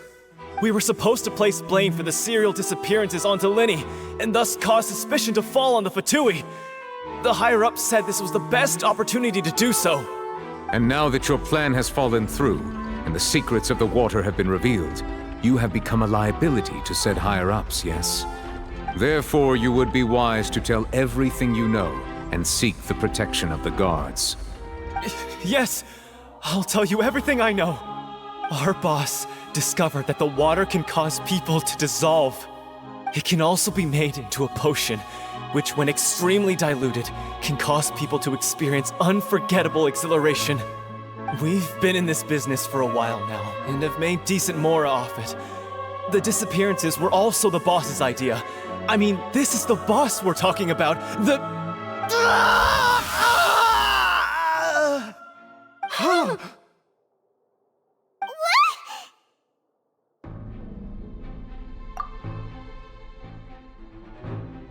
And now he can no longer talk. Such ruthlessness. I shouldn't have expected any less of them. An outrageous act. All present, please submit to inspection immediately.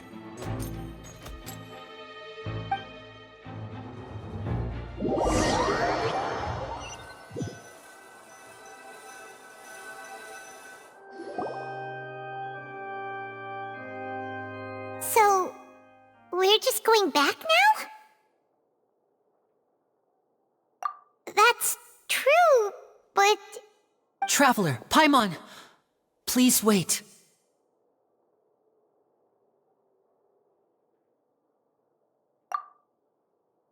Linny... I know you may not want to speak to me right now. Maybe you don't even want to look at me. But still, let me thank you again for defending me to the end. Even after, I guess. But regardless, I'd like the opportunity to set things straight. I didn't approach you with any ulterior motives or ill intent. I've spoken to you as myself, just plain Linny this entire time. As for why I'm a Fatus, it's because the goals of the House of the Hearth align with those of an orphan like me. That's all. That was how Father, who you might know as the Knave, approached recruiting us back then too. The Knave? The one who controls the House of the Hearth? She's your father?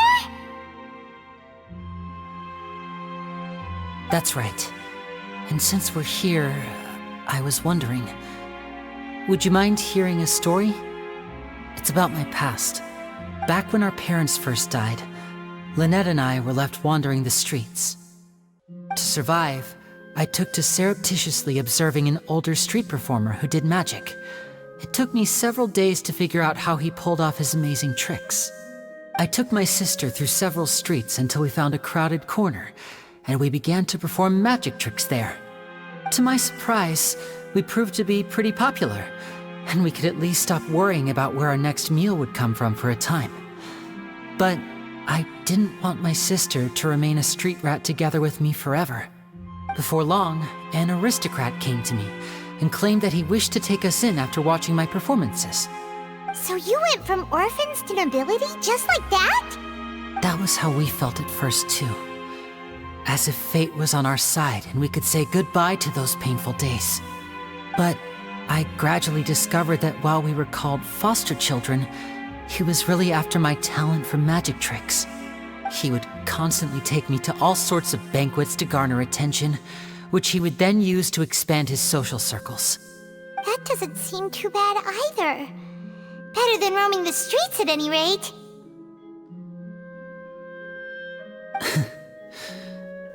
took a while for me to realize just how dark his heart really was.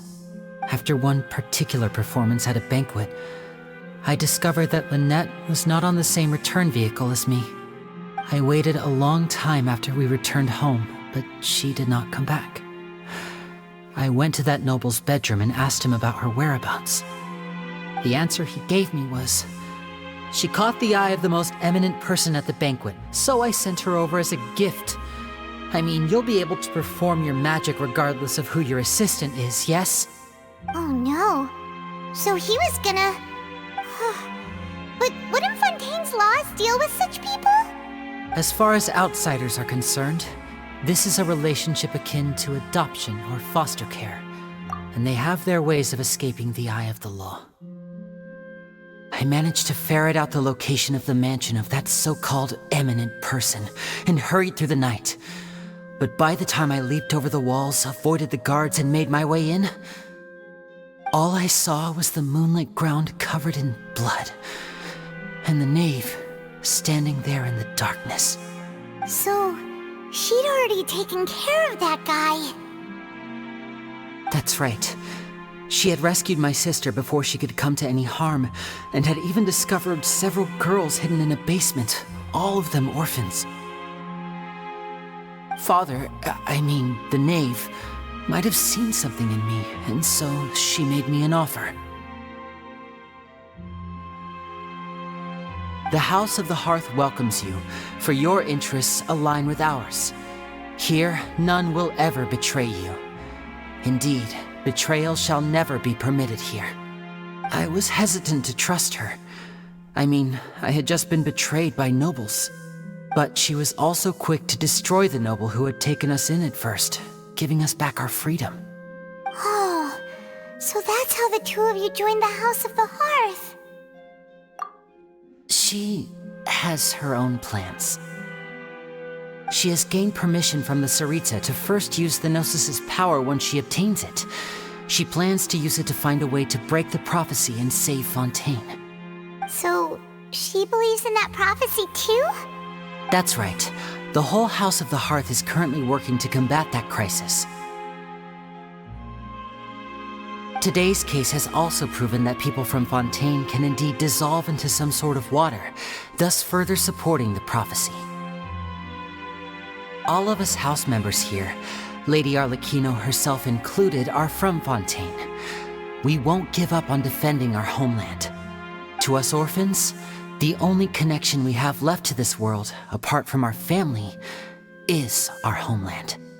So, from small deeds like distributing magic pockets to huge schemes like stealing a Gnosis, everything is aimed at dealing with that prophecy. It's all right. I understand. The only thing I can do is relate all this to you. I just hope you can understand that even as a member of the House, I have never stopped making my own decisions, and that I believe what I'm doing is right. If you should need anything at all in the future, feel free to find me. I will do my best to help you, as plain Linny.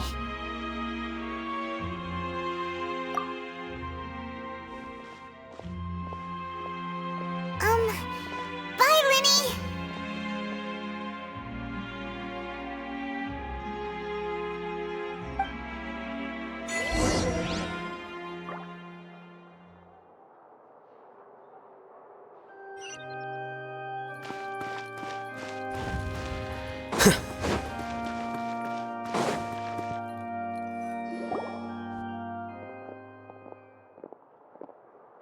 Hey there!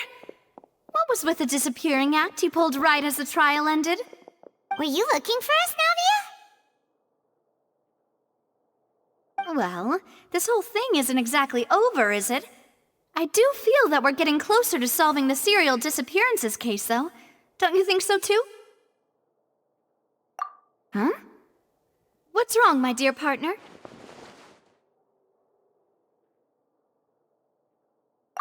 Besides, are you sure we're the ones who can crack a case that's been cold for decades now?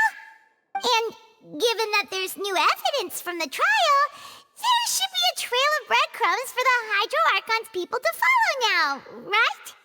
Ah. I see. Well, I won't lie. I'm a little shocked to hear that from you. But I suppose you are just travelers who have only arrived in Forntain after all. Sorry.